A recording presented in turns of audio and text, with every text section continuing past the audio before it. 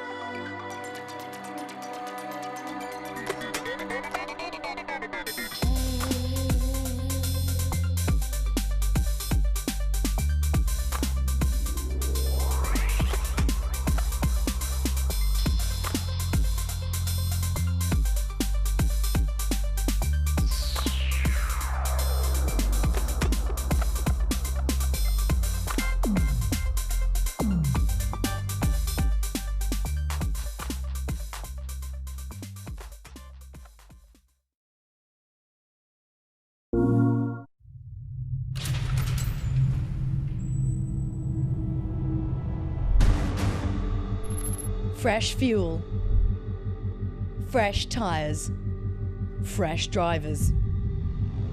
Don't change gears down, stay in the highest gear possible. What a great performance from all of the team. Mercedes-Benz, they win here in New York. Here in Monaco, team tactics will rule the day.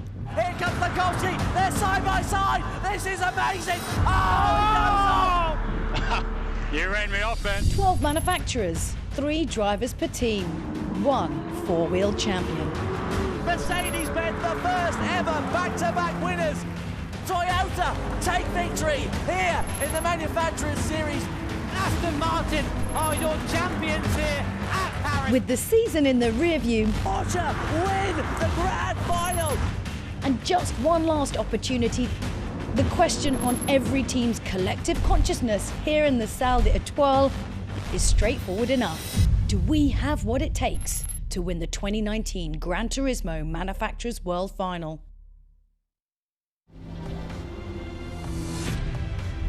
Come to Monaco, they said, make some glorious televisual content on a glamorous yacht.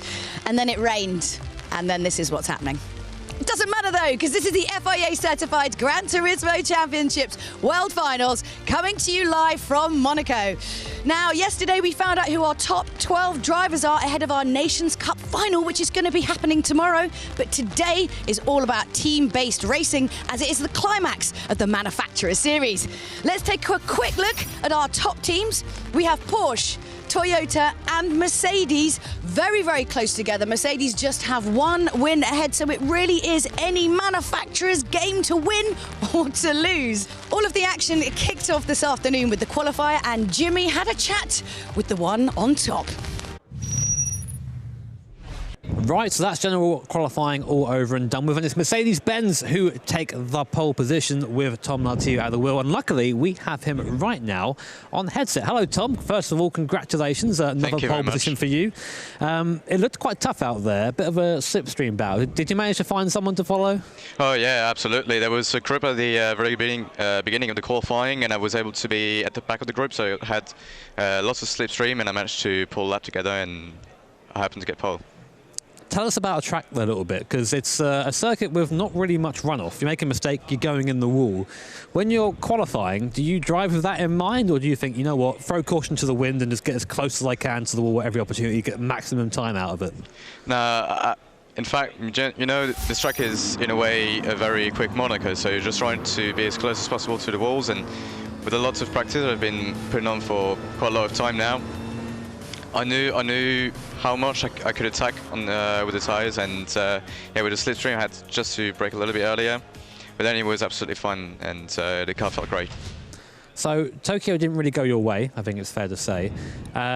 Very strong start here in general qualifying. Are you looking to carry that through? Do you reckon you got a good chance for the win? I think we have a good chance, at least for the podium, but obviously we're aiming for the win. And I think with the job that I've been able to do in the general qualifier and knowing the pace of Cody Gardens reversed, I think we can hopefully get the win. Well, thank you so much, Tom. That was Tom Lartiu, Mercedes-Benz driver and pole sitter for general qualifier. Congratulations, Tom. Not a bad day at the office then for Mercedes-Benz and Tom Lartiu, I think it's fair to say. I'd be very happy with that. I mean, you can't go much better than pole, can you? No, quite. Well, let's take a look, shall we, at the overall results from the general qualifier. So Mercedes-Benz, Toyota, Chevrolet, Lexus, Ford and Jaguar make it through to the top 6 qualifier. Danny Sullis for Alfa Romeo, Hyundai, BMW, Porsche, Audi and Aston Martin will line up P7 to P12 on the grid for race 1. As you can see, everybody has got their game face on this weekend. But we want to know what you think. Let us know using the hashtags below, and of course who you think is going to be the Michelin driver of the day as well. Now, this championship has seen more skills, tactics and camaraderie than ever before. Honestly, you guys are in for such a treat today. This is the Manufacturer Series World Finals. Good evening, ladies and gentlemen. Welcome to Monaco. We are live for the Manufacturer Series finals in 7 different languages. You can watch us in German, in French, in Spanish, in Portuguese. You can watch us also with the Italians. There's Andrea on the right-hand side with his headband on, and Japanese on the right-hand side as well.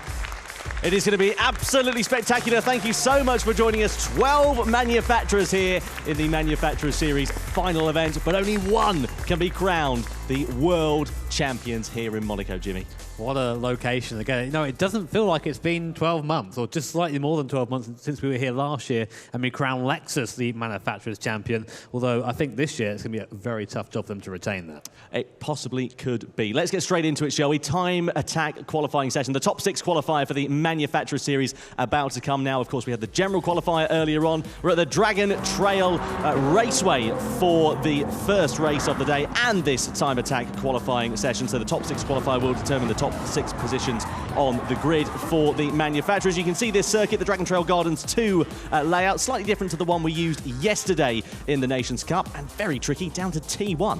Yeah, 3 massive straights here as well, so any car with a decent top speed is going to do very well around here. Not much in terms of elevation change, so not to worry about that, but definitely a track for our drivers to try and master. It is going to be very exciting to see how these drivers will get on in this top 6 qualifying session. Just a 5-minute session, so they've really only got a couple of bites of the cherry at most here, Jimmy, to set those fast lap times early doors. Of course, in the qualifying session that we had earlier on today, it was Mercedes-Benz, Tom Lartiu, who was the fastest driver of the lot. Can he repeat the feat, though, here this evening? I'm sure he'll want to, of course, and it won't be him driving at the moment because, of course, it's a different driver for general qualifying and for the top 6. So I imagine it'll probably be Cody in the Mercedes-Benz at the moment. It's Vinicius Neto. He is going to be driving the Jaguar in this session. It was Florent Pagenet earlier on this afternoon. Here's Ford as well. A very strong contender, very quick at the Tokyo qualifying early on. And I think for them, maybe a little bit out of position. I'm sure they're not very unhappy with that. Adam Taipei, the Hungarian driver, didn't have a very good show of things yesterday in the Nations Cup semi-final. Looking to try and do a bit better today. Now, as I mentioned, 3 very long straights here, of course. So we expect to see Jaguar quite quick, I think, in the speed trap. Mercedes-Benz a very decent all-round car, as is Toyota.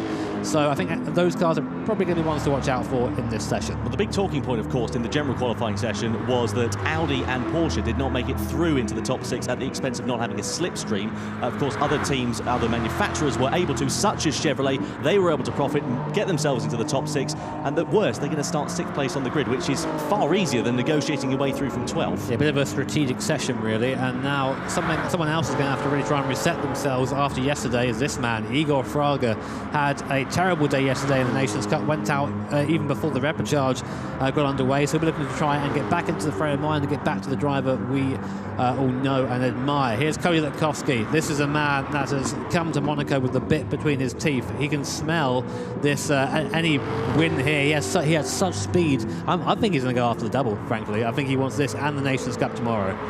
A Let's see what he's able to do. Here then is Jaguar then, ready to start their first flying lap, finish their first flying lap, I should say, in this top 6 qualifying session. Over the timeline they come, setting a banker lap time of 1 minute 39.980. In terms of the live timings, however, we have them up here on our screen, and Lexus were looking pretty handy in the second sector. Keep an eye out for Toyota and Igor Fraga just going through the right-hander. Ford goes to the top of the timesheets, meanwhile, a 1 minute 31.707 for them, so they take over in the opening stages of this session. No need for them to worry about fuel or tyre wear in this session. It's just a flat-out 5-minute qualifying session, and Toyota are under the time here coming through in towards the final sector, Jimmy. They're looking pretty good at the moment. So Toyota already on their final lap, so it's all or nothing right now. We have a couple of times on the board as it is. Lexus, as you say, provisionally leading, but here's Toyota coming around the last corner now. Long right-hander here. You have to choose when you get on the power. Eagle getting off the power and then going back on again. That would have cost him a little bit of time, and now it's going to be a run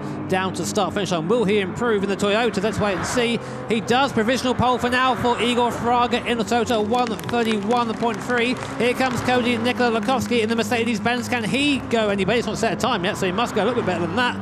He comes across the line and he goes faster, only slightly though, a 1:31.31, so 400ths quicker than the Brazilian. This is his final lap in this session then for Cody Nikola Lukovsky for the Mercedes-Benz, the AMG GT3 car, and he is going to be pushing as hard as he can to try and better that time, to try and secure him that pole position, because he's got Igor Fraga, who is looking not too bad in the third sector, in the first sector in particular on this lap. He was fastest overall at 32.413. That was just a couple of hundredths of a second quicker than the fastest man of Mercedes-Benz, of Cody Nikola Lukovsky at the moment. And you can see Mercedes there and Cody slightly down at the moment as Jaguar come over the line. They finish in 5th place. Toyota won't go any better than 3rd in this session here.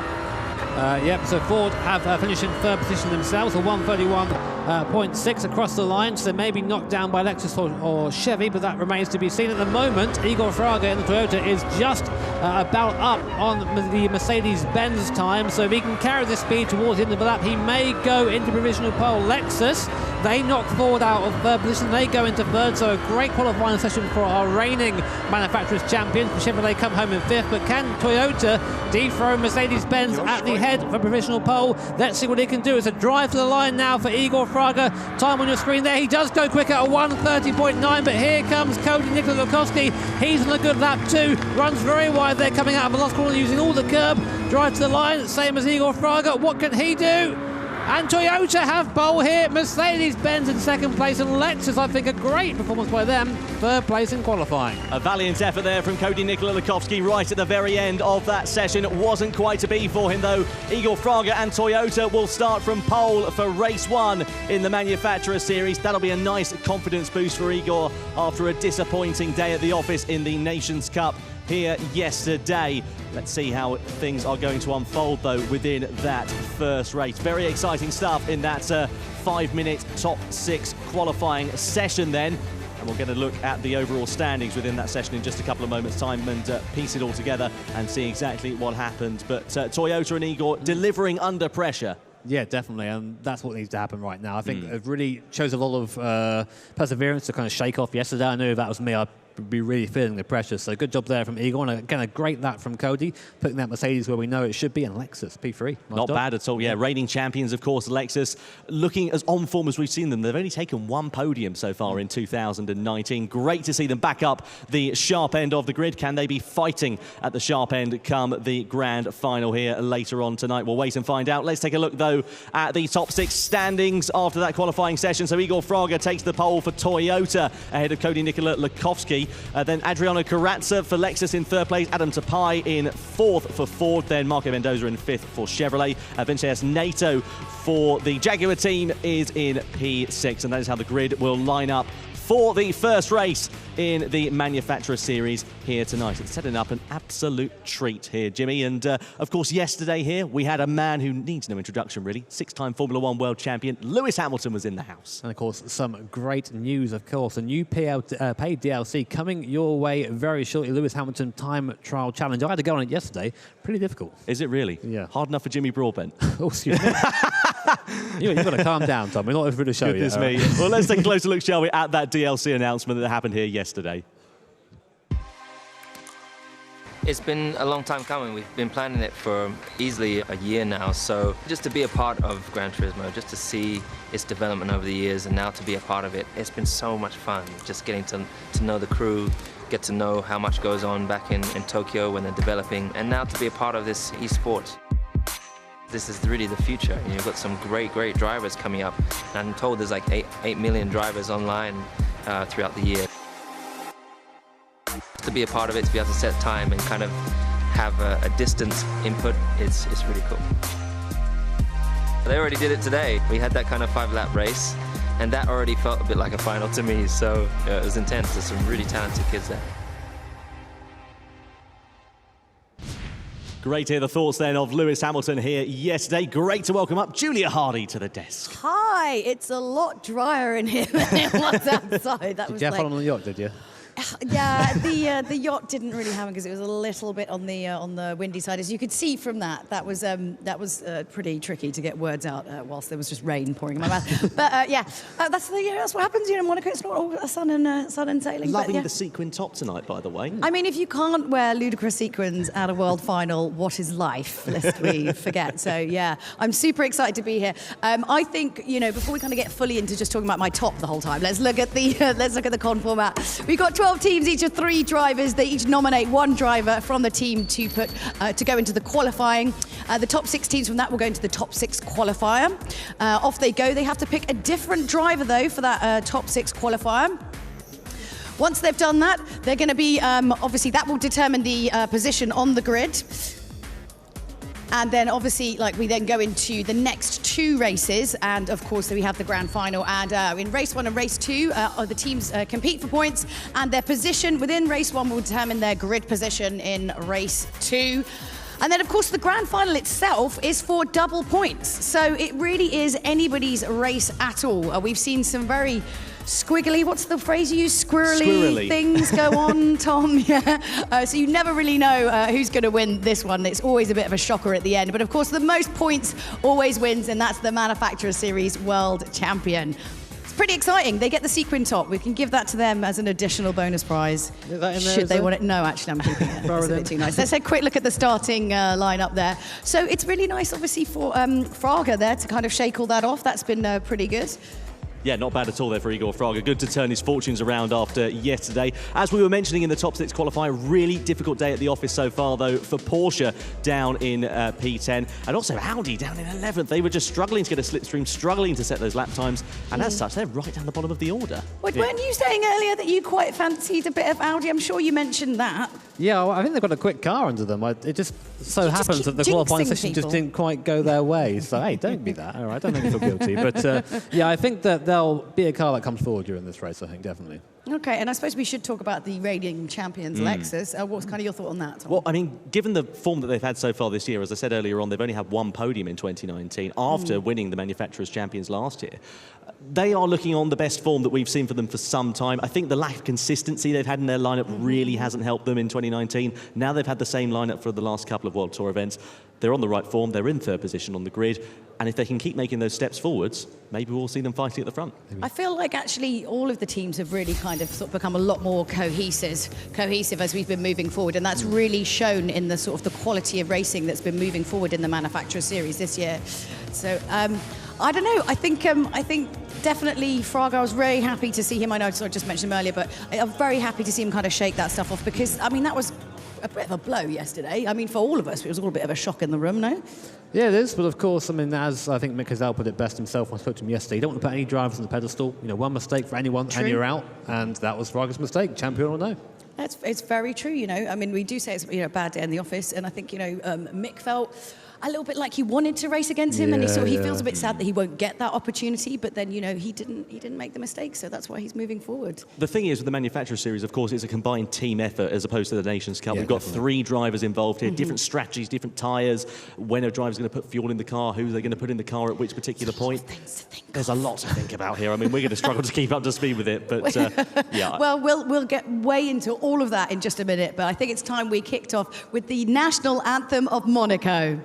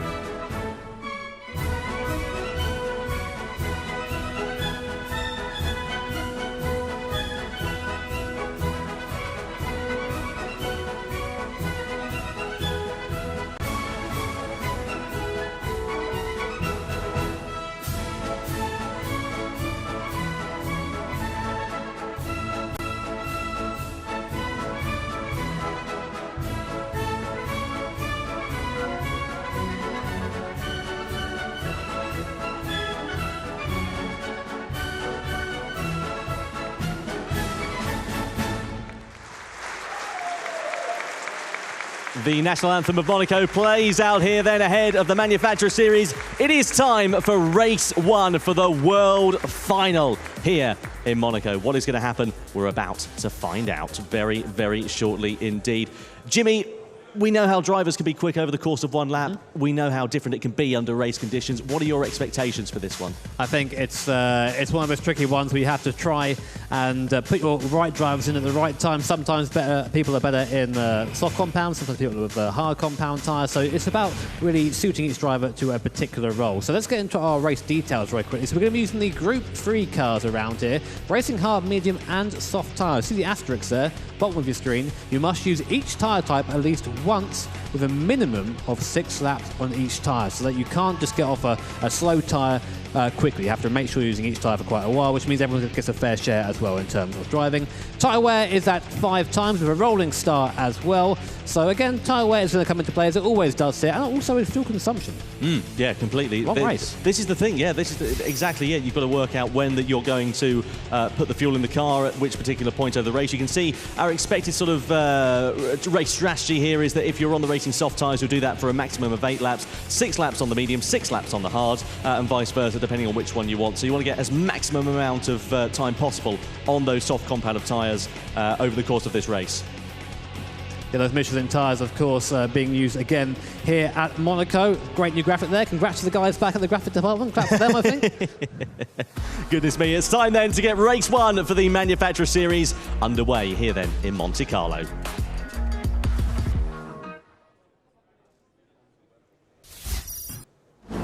Tension is in the air. The grid is now formed as we get ready for the first race of the evening in the Manufacturer Series World Final in Monaco. Toyota and Igor Fraga start and line up on pole position in race one. In second place on the grid, it's Mercedes-Benz with Cody Nikolakowski taking the wheel. Second row is Baptiste Beauvoir. The Frenchman lines up for Lexus in P3. Alongside him is Ford of Adam Tapai. Third row of the grid headed by Chevrolet with Marco Mendoza behind the wheel of the Corvette C7. And it's Jaguar with Florent Pangenet, the Frenchman, in P6 in the F-Type Group 3 machine. Alfa Romeo, Danny Solis, very quick yesterday in the Nations Cup. Will it be the same here in the Manufacturer Series? Hyundai with Kevin Pounder behind the wheel in P8. The next row of the grid is Randall Hayward for BMW here. Can BMW have a resurgence in form? Porsche, they need a resurgence from 10th place on the grid. Angel Inestrosa behind the wheel of that machine. 11th place on the grid is Toshiro Kato for Audi. And then finally on the grid, Nick McMillan for Aston Martin down in P12. They are going to have a very big amount of fortune. Now, Jimmy, we get the first look at the tyre compounds here. Yeah, Toyota and Lexus both opting for the soft compound tyre. Interestingly, second place Mercedes-Benz saying, no, I'm going to go on the medium compound. So it makes you wonder who's got the soft compound for the faster stint later on. So what we expect to see here is probably Toyota pull away a little bit. What Mercedes-Benz need to try and do is hold up everybody else. And by everyone else, I mean Lexus behind them on the soft compound tyre. BMW and Aston Martin decided to go for a longer first stint. Try and just get that tyre out of the way and then get on to the softer ones later on. Group 3 cars, of course, fully fledged race cars, wider bodies, aerodynamic improvements, equivalent essentially to the FIA GT3 class. We are ready then to go racing here in Monaco, the Manufacturer Series World Final at the Dragon Trail Gardens 2 circuit, about to get underway very shortly indeed. Toyota and Igor Fraga will lead the field over the timing line, but in 20 laps we'll find out who will take the victory, and 12 points for the first time of asking then. It is time, the World Final for the Manufacturer Series in Monaco is underway. Toyota leads the field over the timing line. Mercedes-Benz slotting into the slipstream. Lexus also in there as well. Keep an eye out for Ford, who are pushing Chevrolet out wide down to T1. Fraga goes defensive. Does he hold on to the position? Yes, he does. Keep an eye out for Lexus. They're trying to sneak a move up the inside of Mercedes-Benz there, and wide for Chevrolet on the outside. That's allowed Jaguar to come through up into P4 here. Yeah, good start there from Toyota, Mercedes-Benz and Jaguar as well there, of course. Chevy got pushed out a little bit there, and Ford down to P8 now. Not a good start from the guys in the hard runners. In the midfield, though, looks like Hyundai's had a little bit of an incident. They've gone down to 10th, 11th place, so I think an incident there for the Korean manufacturer. We didn't quite capture that. Here is Baptiste Beauvoir on board in the Lexus. Of course, our manufacturers champions from last year, currently running in 3rd position. It's a long race, this one, so you've got to be a little bit patient here and not get too aggressive too soon. Otherwise, you'll find yourself quite quickly at the back of the grid. Although saying that, Baptiste Beauvoir has no intention to be calm. goes up the inside of Cody Lukowski, a bit rude, but then sideways on exit there, got on the power just a tiny bit too early, didn't get the traction, and Cody keeps the place in second position. This is not what Lexus need on this opening lap, that soft tyre. They need to make it work as soon as they possibly can. Under the bridge they go into the right-hander, which follows, and then they're going to flick it left. You can see there Lexus and Baptiste Beauvoir taking liberties on the curb and taking too many liberties. A half-second penalty here on the opening lap for Lexus. That is a shame for them. They're going to serve that coming around the final corner and over the timing line on the start-finish race, and that could potentially be very costly to their charge indeed. They get a good drive out of the final corner, but they're about to serve that penalty here, and they're going to drop back half a second from Mercedes-Benz at the most crucial point on the lap. This is the problem when you're being just a tiny bit too aggressive. You just make those little mistakes and you lose a bit of time. Luckily for Lexus, they won't lose another place, but they need to get past Mercedes-Benz quickly. They're on that soft compounder tyre. When you're on any tyre apart from the soft compound, your job is to hold up those soft compound runners, and that's what Cody's doing very well. That, of course, allows Igor Fraga to clear off into the distance in the Toyota. Well, of course, that is not all said and done. He needs to make sure he puts in very quick, very consistent lap before handing over to his teammates on the harder compounder tyre. So second, third and fourth and fifth position quite close together right now at the moment. Mercedes-Benz and Cody Lukowski again. You can see the disadvantage there of being on the medium tyre compared to the soft on the Lexus.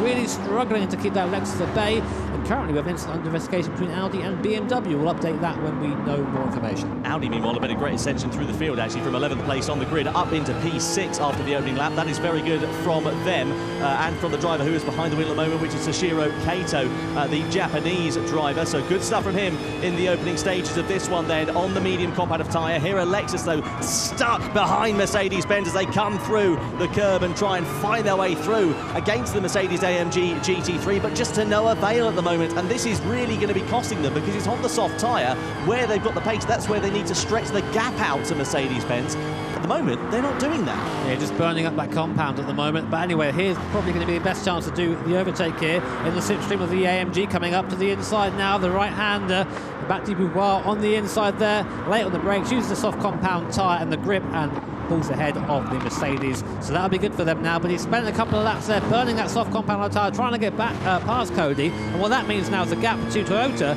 is 3 seconds. And oh, there, Audi have been given a 1 second penalty for colliding with another car. So they did ascend through the field, but not cleanly, apparently. Yeah, we haven't seen what happened on screen there.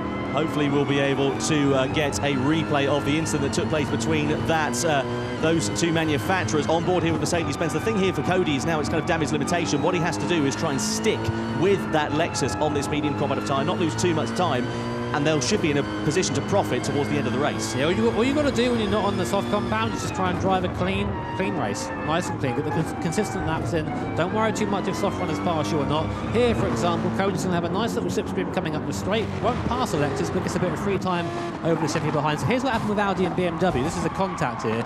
Oh, okay, so Audi hit BMW, which then hit Alfa Romeo, which is why Audi was in 6th place, and those guys fell down the order slightly. So penalty has been served. Audi have now moved down to 8th position, and you can argue that's okay, that's deserved. Well done. Toyota, Igor Fraga, 3.4 seconds adrift now. Now, what we expect is to see 8 laps out of a soft compounder tyre before people start going on to the slower compounds, the hard and the medium. I think those Michelin soft tyres will last 8 laps, and we'll think the other guys will use the mediums and hard tyres for 6 laps apiece, just to try and minimise the time on the slower tyre compound. Look at the focus there on Igor Fraga's face as well. He is a man determined. When we see the onboard shots, by the way, the picture-in-picture essentially with the drivers, we'll have team radio feeds for you.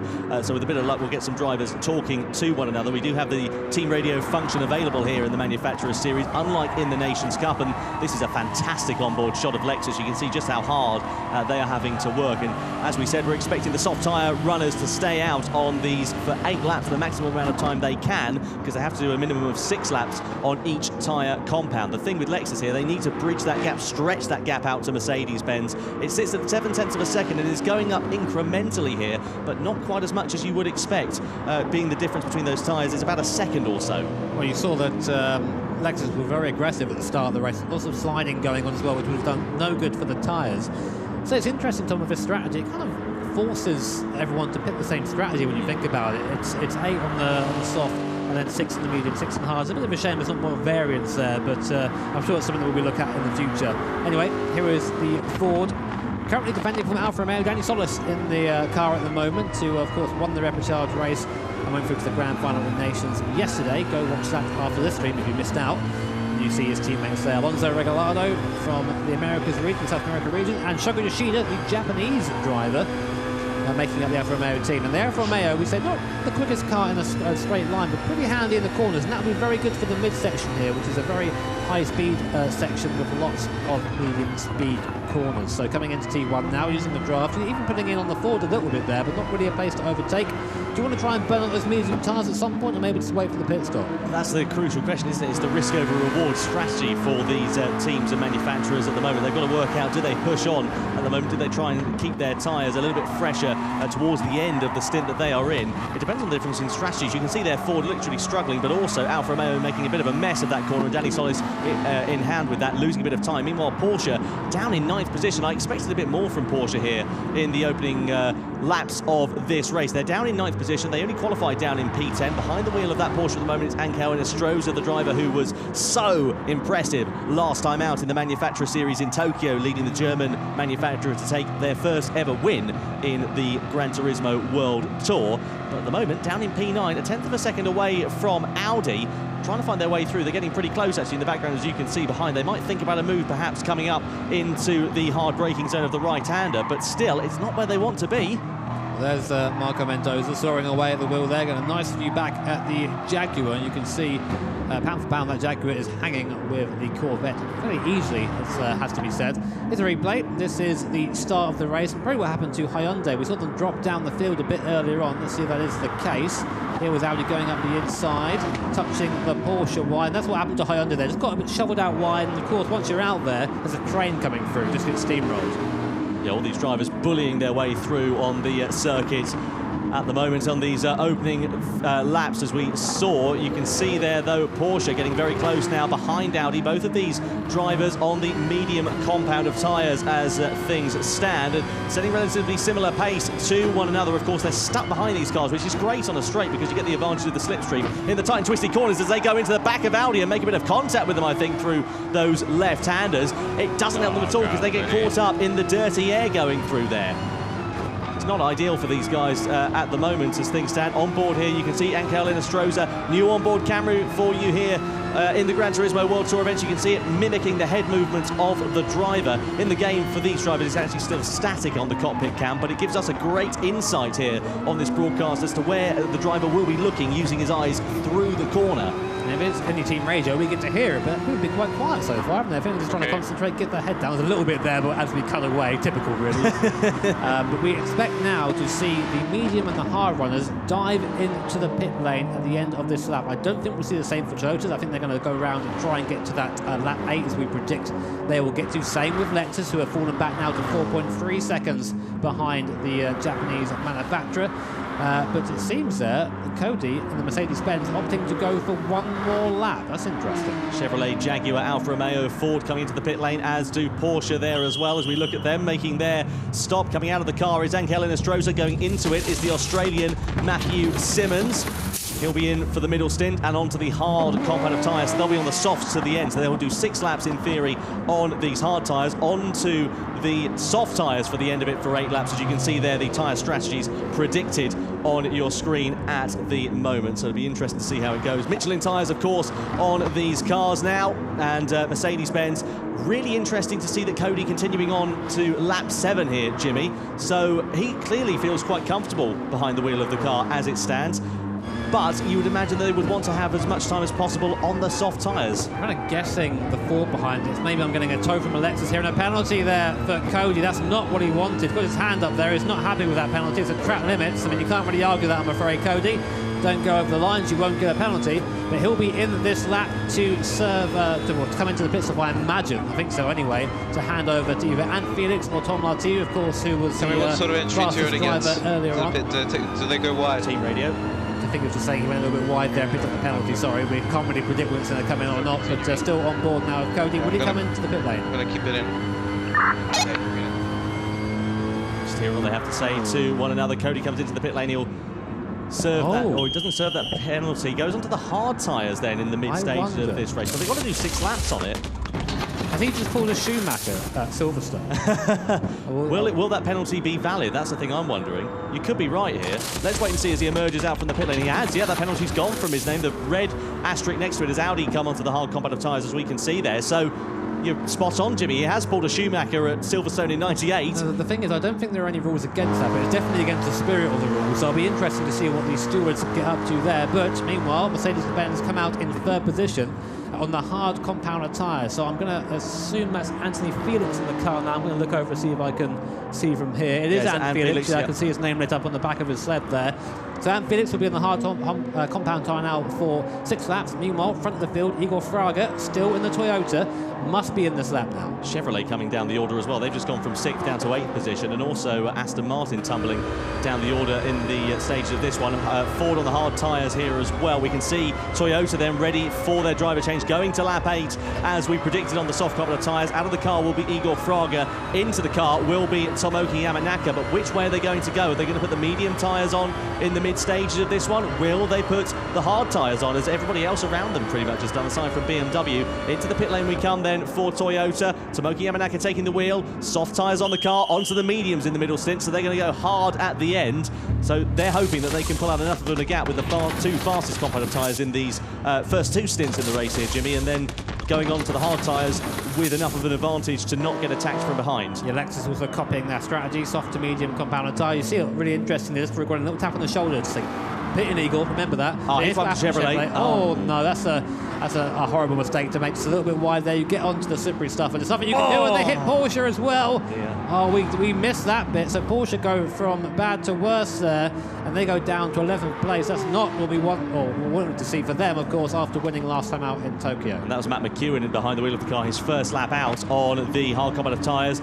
There you go. You can see a 2-second penalty given there to Chevrolet, driving dangerously post-accident, and they received that 2-second penalty, which will cause them to drop into the clutches of Porsche, who are in P11, 3.7 seconds behind. So what that translates as for those at home is that was a bad rejoin. He came back onto the racing line, active track. You can't do that. Penalty has been given. So bad luck for them. But back now to the action on track. We have everyone now has made a pit stop. Now Jaguar, second of the hard runners at the moment. The first, of course, being Mercedes in P3.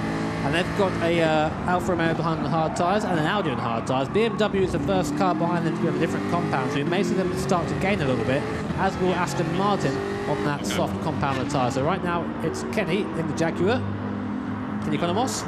Yeah, the Australian driver behind the wheel of that car at the moment. You can see Alfa Romeo making big gains on them, 0.6 of a second faster they were. So clearly Kenny struggling on this hard combat of tyre, because Alfa are in the same boat as our Audi, very close behind. Here at BMW, they're on the medium tyres, so you would expect them to be faster. Aston Martin on the soft tyres in and amongst the pack here. This is really a good time for them to try and make some gains through the field, but they're still a little bit of a way off of BMW to try and make a pounce as things stand. We're coming up to the halfway stage here then in this race. It's going to be very interesting to see how it all pans out as we look at BMW then riding on board with the German manufacturer Nicolas Rubelar, the Chilean driver, of course, won the Nations Cup back in Paris, the opening round of the 2019 Gran Turismo World Tour. That's Philip Eng there. He was here earlier on, taking part in our Pro-Am race, giving his little bit of support there to Nico Rubelar. The BMW guys are here today to support the manufacturer. Great to see manufacturers really getting involved now in the series, and look how much faster Nico Rubelar is there through that mid-section, having to hold up for the Audi, slow on exit as well. A bit of a wiggle there from the mid-engine car in front. Nico Rubelar says, thank you very much, mate, I'll take the inside line. Forces the Audi out wide, but just about keeps that car in the right place at the right time. So a good job there from Hayden Hunter in the Audi to defend from the BMW. That allows the Aston Martin to get that a little bit closer on the soft compound tyre. He's going to try and go around the outside of the Audi using the rubber there. I think he's going to just about manage to get good traction off there. And he's got the slipstream of the BMW inside. The Audi trying to push the Aston Martin. They're vying for the slipstream, but I think the Aston Martin, just like, yes they do, Aston Martin pass Audi into P8. Could be potentially ready to make up another position here for Aston Martin. Ayumu Takeda behind the wheel of the car at the moment, just misses the apex ever so slightly there on the inside of the curb. That'll cost him a bit of time, but behind the wheel of the BMW, of course, as we said, is Nicolas Rubelar. He's a very talented driver and he's doing a really good job of holding on to this position, but this is really where Aston Martin, they need to make gains here in this race. You would expect them to be able to do so on the soft compound tyres. You can see the teams on the left. having a chat there. I think it's actually in Japanese as well, so we had no chance of understanding that. But here comes Aston Martin again, using the grunt to try and get by the BMW. Not quite able to do that, though. You see now how much the Jaguar is starting to hold up this queue on that hard compounder tyre. Even behind them, the Alfa Romeo on the similar compound is just as quick as Alonso Regalado in the car at the moment. Really showing that he belongs here in these World Final events. Quite new to the series this year. Great to see him grow as a driver, and now is challenging Jaguar. BMW behind as well in that medium compound. Look how much easier it is for them to get through that corner. But then you come into this section, this chicane section here, very quick, and you can't really do much about it. It's kind of one line through here. That's the problem, isn't it? You want to try and find your way past, but often it can cost you more time than you could be set to gain. This is a great train of cars and a fantastic scrap. Midfield, Alfa Romeo pulling to the inside. Here come Aston Martin as well. BMW trying to go the long way around the outside once again. Here with Alfa Romeo, but they're going to lose time, they're going to lose traction, they're going to lose position to Aston Martin, who draw alongside on corner exit and pull through ahead of BMW. And now the BM's next target is going to be Alfa Romeo, but Aston Martin, as they come down in towards the chicane, here we go as we look at the battle for third place on board now with Ford, who are in fourth position. They, of course, are on the soft tyres. Mercedes-Benz, with Ant Felix behind the wheel, are on the hard tyres, so you would expect them to be significantly faster. About 2 seconds a lap quicker is the Ford on the soft tyres. They've got the advantage of the slipstream. They've got the inside line. They're going to draw side by side. Who's going to brake latest? You would expect the soft-tyred Ford to go up the inside. He does do so, runs in a little bit deep through there, but holds the line, holds the position, and gets through into third there for Adam Wilk. Nice driving from the Australian. Yeah, he'll be on a provisional podium position for now, but he does have to pit in soon and go on to the next compound of tyres. Of course, we expect the soft runners to go for 8 laps at a time, which means they would be in towards the end of the race. Not quite there yet, but we'll be in a couple of laps' time. So, and Felix, of course, I think just trying to keep up the best he can with the Ford. He won't be able to do that just on the tyre difference alone. That there's quite a big difference in terms of grip between the soft and the hard compound of tyres. So the closer you can be, the better. But realistically, you're probably not going to be able to handle. Whilst we're looking at that battle, Aston Martin have made great gains. They're now ahead of Jaguar up into P5 here in the mid stages of this race. That's really good to see. Here is Nicolas Rubilar chasing down the Jaguar. Kenny Kanomos behind the wheel of the car. Jaguar, of course, on the hard tyre, BMW on the medium. Side by side they come up the inside for BMW. Do they have track position? Yes, they do. Do they have the traction on the outside? They certainly do, as Jaguar get pushed onto the curb. Side by side they come down the straight. BMW pulls ahead of Jaguar, goes through into sixth position. They're going to go into a right-hander, which will follow. Of course, the BMW does move over onto the braking zone, does hold on to sixth place, and now they are through. Their next target will be to try and keep up with Aston Martin in fifth. Yeah, it's good for Aston and the BMW getting by, but they've lost a lot of time doing that on the softer compound of tyres. So you can argue maybe that whilst it's good they've overtaken, they're still lost out overall. So looks like we're going to see a pit stop now from BMW. And I just heard apologies for the language. Yeah, I think that was Nicolas Rubilar coming into the pits. From there, I think that's actually Kenny Kanomos from the Jaguar. He put his hand up. So they've gone on to the soft compound of tyre, as is Alfa Romeo, as is Porsche, as is BMW. So now they're going to go, I think, maybe to soft and try and go to the end. Out of the pit lane then we come. Final pit stops being made for some manufacturers. BMW come out, then soft tyres to the end of this race with 7.5 laps now remaining. Here are Team Toyota clearing off into the distance. 5.1 seconds, the advantage they have over Team Lexus. Tomoki Yamanaka doing exactly what we know he loves to do. Clear track in front of him, no pressure from behind. Just setting consistent lap after consistent lap here, Jimmy. Not necessarily the fastest team out there on track at the moment, but doing a really, really promising job. Porsche, meanwhile, down in P10, have been given a 1 second penalty. We saw an incident come up on screen a few laps ago under investigation with Chevrolet. Clearly they've had another ding-dong by the looks of things, and they've been handed another 1 second penalty. So it goes from bad to worse for the German manufacturer here. It does, yes. The note thing in the background there, that is Tom Lartiu from Mercedes-Benz. I think he's waiting to get into the car for that soft compound run at the end. So there's a replay of what happened here with Porsche and Chevrolet. This is what the penalty is for. Coming behind the Chevy and just, I think, a little bit of contact here. Yeah, goes up the inside and just pushes. Oh, wow, okay. So what happened there was a little bit of oversteer, I think, and just tried to correct it. And unfortunately, there was a Corvette in the way. And that is the risk of running side by side. Penalty served back behind the Corvette. Mercedes into the pits then for that last stop. One thing we should mention, mechanical damage on here for these drivers as well. So if you get a hit from another car, you suffer some mechanical damage. 30 seconds is what you'll have to service. It'll slow you down to about half the speed there and thereabouts, and then you'll be able to go again. So any contact with other drivers does hand you quite a severe penalty. Audi come out of the pit lane onto the soft tyres. Mercedes Mercedes-Benz also out of the pit lane onto the soft tyres for the closing stages of this race. You can see the tyre strategy, the Michelin tyres on the left-hand side of your screen. Mercedes-Benz going to the end on the soft compound. Of course, a couple of teams in front, manufacturers I should say, Ford and Aston Martin yet to make their final pit stops. Likewise, Toyota and Lexus leading 1-2 in this race as it stands. But now this is Mercedes-Benz time to shine. They need to have some really, really strong laps here, Jimmy, to try and bridge that gap to the top duo of Toyota and Lexus. I think what Mercedes' plan was to have a one-lap undercut whilst everyone else was on worn harder compound tyres, and kind of take the hit early on by having Coda do one more lap whilst everyone has worn tyres, and then put out Tom a bit later on while everyone has more worn tyres. So this could work out in a roundabout way. I'm trying to explain it. I understand what he's trying to do, but I'm not explaining it very well. I get where you're coming from, though. No, it would be interesting to see how it does all work out. Now, Toyota into the pit lane then. Yamanaka out of the car. Ray Andarouche behind the wheel of it then. Onto the hard tyres.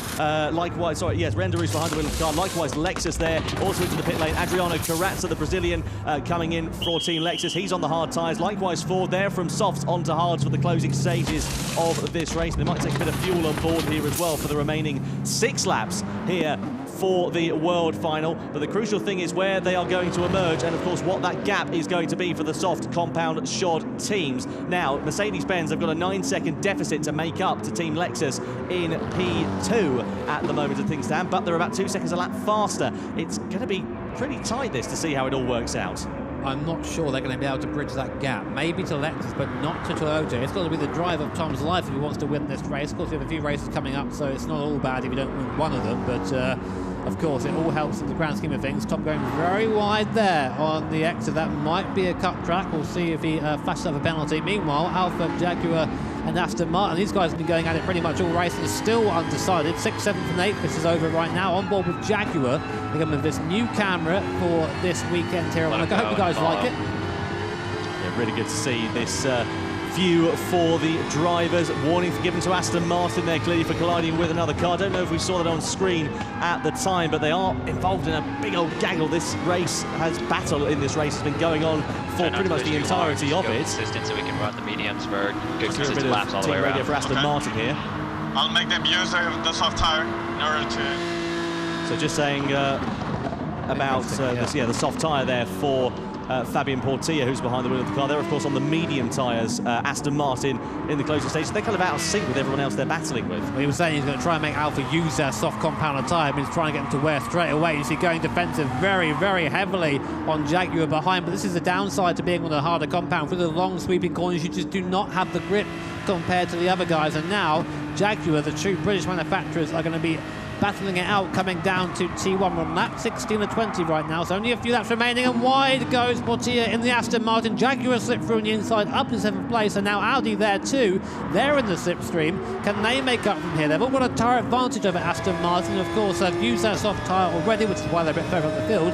I just noticed, meanwhile, the gap between Mercedes-Benz and Lexus is down to 5 seconds. Last time I looked, it was 9 seconds. It's really coming down quickly. This is fantastic to see there for Team Mercedes-Benz. Sets it up an absolute treat. Bit wide there, bit squirrely on the exit for Aston Martin. That allows Audi to draw alongside there. Very close quarters. There was contact between them, definitely through that right-hander. Audi and Martin Grady behind the wheel goes through into 8th place on the soft tyres against the medium shot Aston Martin. So there you go, yeah, Martin Grady there, and that's been looked at by the stewards. So we only had one angle. I didn't quite see it properly. I must have been from the angle. So we're on board now with Martin Grady.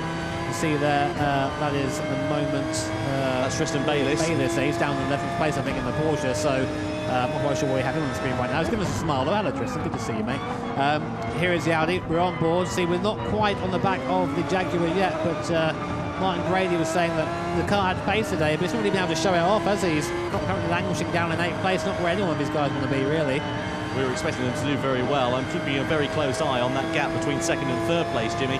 It's come down now to 4.3 seconds, just to give you an idea of the pace difference between them. As we can see Audi coming along the side, Jaguar side by side, they come down into T1, late on the brakes for Audi as they go down into the first corner and through into 7th position. That's great stuff from Martin Grady and from Audi. They go up into 7th place. Their next target will be the Alfa Romeo in P6. But coming back to what I was saying about the pace difference between the teams at the front, Mercedes-Benz on the soft compound of tyre, they are about 3 seconds a lap faster last time around than Team Lexus. So that was hugely impressive stuff from Tom Lartiu. And we know that he is a driver who just absolutely loves this situation when he's the driver who is hunting down everybody in front of him. As you said, Jimmy, I think he might be able to bridge that gap down to Team Lexus. You can see visibly it's quite close now, but I think it might be a step too far for Toyota in front. Yeah, definitely a chaser is Tom. He likes to be the one with the task at hand, and right now he's started to try and catch the back of Team Lexus and maybe Team Toyota. So here's a replay between BMW and Ford at the moment. Coming through again, the long left hand. A lot of incidents here today. BMW slide up the inside, and let's see if they get a little bit. Yeah, this is what happens. You end up squeezing each other off, but not quite. That's actually nice and neat and tidy. I thought we were going to see a bit of contact there, but that's actually a very neat and tidy move from BMW. Ford gave the room it was meant to. And there you go. Nice, easy. It's nice not to have an incident. Lovely stuff. Very good there for Team BMW. Behind the wheel of the car is Coque Lopez at the moment. That's how you do it down in that long left-hander, the triple apex left-hander, reminiscent almost of Turn 8 at Istanbul Park in Turkey. Meanwhile, here are Team Toyota. Ryan Derouche piloting the car. Gap stabilising really between Toyota and Lexus. It's down to 2 seconds though between Mercedes-Benz and Lexus, with fewer than 2 laps remaining here in race 1. Surely Lexus are going to be under significant pressure in the closing stages of this race. Here is Ryan Derouche though. That is a masterful strategy and just great pace really early doors from Igor Fraga has just helped them to extend that gap and have the cushion that they have. And I think unless Rayan makes the mistake, it's surely their race to lose. Well, we'll see. You know, it's stranger things happened here in the World Tour events, and of course, the World Final, what the best place for it to happen. And that is the gap now on your screen. That's Lexus, that is Mercedes-Benz. Tom Lartiu is hunting down Lexus at the moment. He's getting closer and closer. So hopefully, for his point of view, he wants to get by as quickly and as problem-free as possible. If he has to spend his time fighting with Lexus at the moment, then he's going to end up not being able to have the opportunity to catch Toyota in front. So at the moment, it is Corazza at the wheel of the Lexus. He did so well last time out on the Nations Cup at Tokyo. Let's see how he can handle the pressure from Tom Lartiu. On board we ride then with Lartiu, closing that gap down, coming on to the second but last lap then. Over the timing line we go. And you can see this fantastic onboard shot, another new onboard camera for you here in the Gran Turismo Sport World Tour. And just look at the traction he has under brakes. Goes a little bit wide actually through T1, missing the apex there on the inside, but gathers it up, gets a great run out of the second corner, has the advantage of the slipstream. Lexus going defensive, as you would begin to expect. They're going to draw side by side with one another down to the triple apex left-hander. Mercedes on the outside, Lexus on the inside. Are we going to see the best move of the weekend from Tom Lartiu? Not quite, but he's going to try and get the switchback on the exit of the corner. He's not able to find a way past. He's going to have to hold his line for now as they come down into the right and the left-hander, which will follow, but he's visibly faster, and surely it's only going to be a matter of time. Lartiu's going to try and send it up the inside, but backs out once again. This is fantastic nose-to-tail racing between the two manufacturers on the penultimate lap. This is exactly what Tom didn't want. He wanted to try and get past Corazza as soon as possible. He's really wasted half a lap, and the gap to Toyota has increased, so that window is rapidly closing now. It needs to be at the end of the straight or he will not catch Toyota. So here we go. Corazza, of course, has every right to defend for his life on that hard compound tyre. He's not got the grip, but he's displacing the car in the right parts of the circuit. So Lartiu's going to try and go around the outside again, and that time Adriano Corazza had no defence. The soft tyre grip is just so much quicker than what the Lexus has right now, and we'll probably see Mercedes-Benz put away unless Lexus can just get a nose upside, and that is, look at the difference. That's the difference in grip right there. Mercedes-Benz able to carry much more speed through the corner, but Corazza will have the toe. Do not let him go. You can see there that Corazza has got the advantage. You can hear the team radio of Cody Nikolakowski on the team radio to Tom Lartiu. Late on the brakes there for Team Lexus, and Corazza, he's really trying to attack once again to Tom Lartiu, but the drive out the corner that Mercedes-Benz has got. Yep. This is not much. I don't think they can go. I think they're just kind of accepting, they're not going to catch Toyota, but I don't think that's something that Mr. Storm wants to hear. I think he wants to just try and go at it and see if they can force him into a mistake. Sometimes, as silly as it sounds, if you're watching the relative, you can get a little bit flustered by that as well. But no, these guys are pros. I doubt we'll see that sort of mistake here. Ryan Derouche, he's driven an absolute action stint on that hard compounder tyre, kind of draw the short straw for his team. The team he has is stacked. You've got Igor Fraga, Yamanaka in there, and of course Derouche himself. A very fast combination of drivers, and just proven that here today with what hopefully for them will be their first win of the day.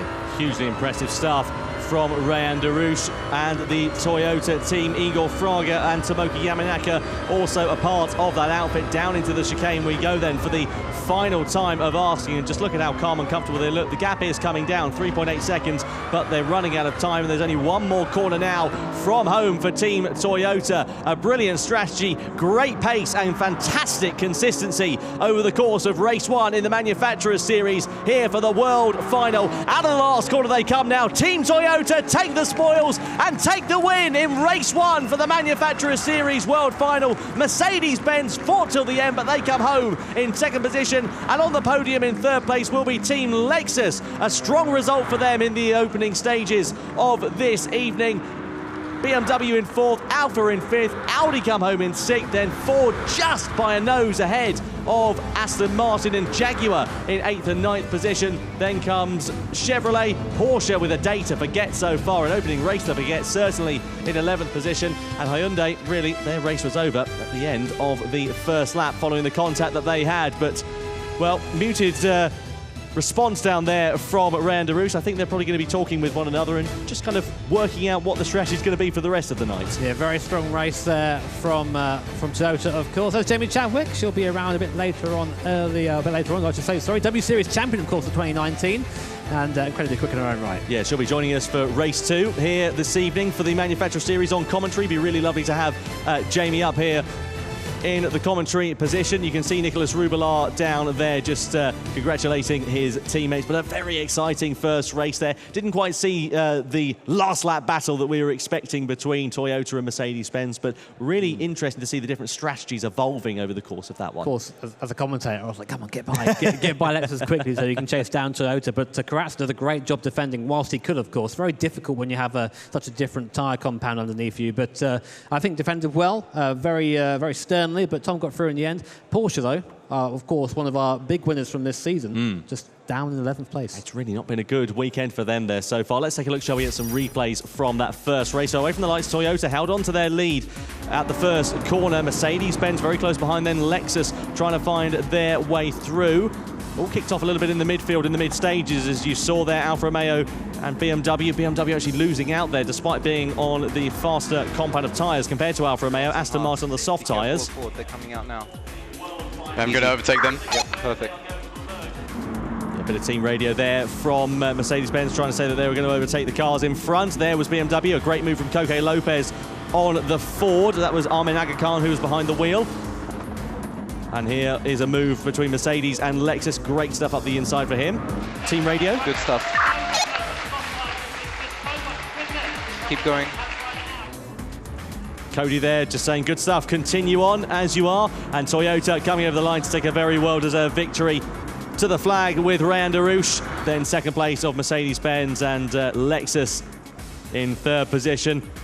Good stuff there for the Japanese manufacturer. Is that a sign of things to come, do we think? Maybe. We know a strong start is always good for the confidence as well. And, of course, to lay down to your rivals. Like, listen, we're quick today. Watch out for us. And that'll be in the minds of the other competitors going on. But I think, Lexus, I'm really impressed by them. They've been only one podium this season after, of course, winning last year overall in the Manufacturers' Cup Series. So maybe a resurgence. Who knows? It's entirely possible. It's the right time. It really is, yeah. I'm really intrigued to see how it's all going to play out between these different manufacturers over the course of tonight. Of course, the next race that we've got coming up, slightly different change in circumstances. Group 4 machinery as opposed to Group 3. A little bit more on that later. What are your main points you took away from that race there, Jimmy, in terms of the strategy, how we saw it play out? We saw a different strategy from Mercedes-Benz, didn't we, early doors? I'm unsure if it worked or not. I mean, I think if what that strategy relied on was overtaking people at the end, which is all well and good, but of course you can at least defend for one or two corners. And when you're stuck behind someone, you're losing, a second out of the lap. And that's a long time in these races. A second between these guys is an eternity. So maybe it's better to have the start of the race, go on a soft compound early, especially if you're near the front, and just try and get to clear air. Don't worry about fighting anyone, and then use the hard compounds and the medium compounds to start holding people up. Well, let's see whether anybody employs that strategy later on here tonight. We'll have a look at the point standings for you in a few moments' time. In the meantime, though, let's head over to Julia. Yes, I'm down here on the floor with Philip Eng. How are you doing? Welcome to our wonderful world. How's it going? Thank you very much. I am so excited. I have sweaty hands. Yes? I was completely into the race. I was following it completely. Of course, crossing my fingers for my BMW teammates who did really well. Yeah. But it was great to see so much talent driving around in this race. I'm very privileged to be in this room with so many talented drivers, and the race was super exciting. How do you think? What did you think of your teammates' strategy for this particular race? How do you think they did? Well, I think they did well.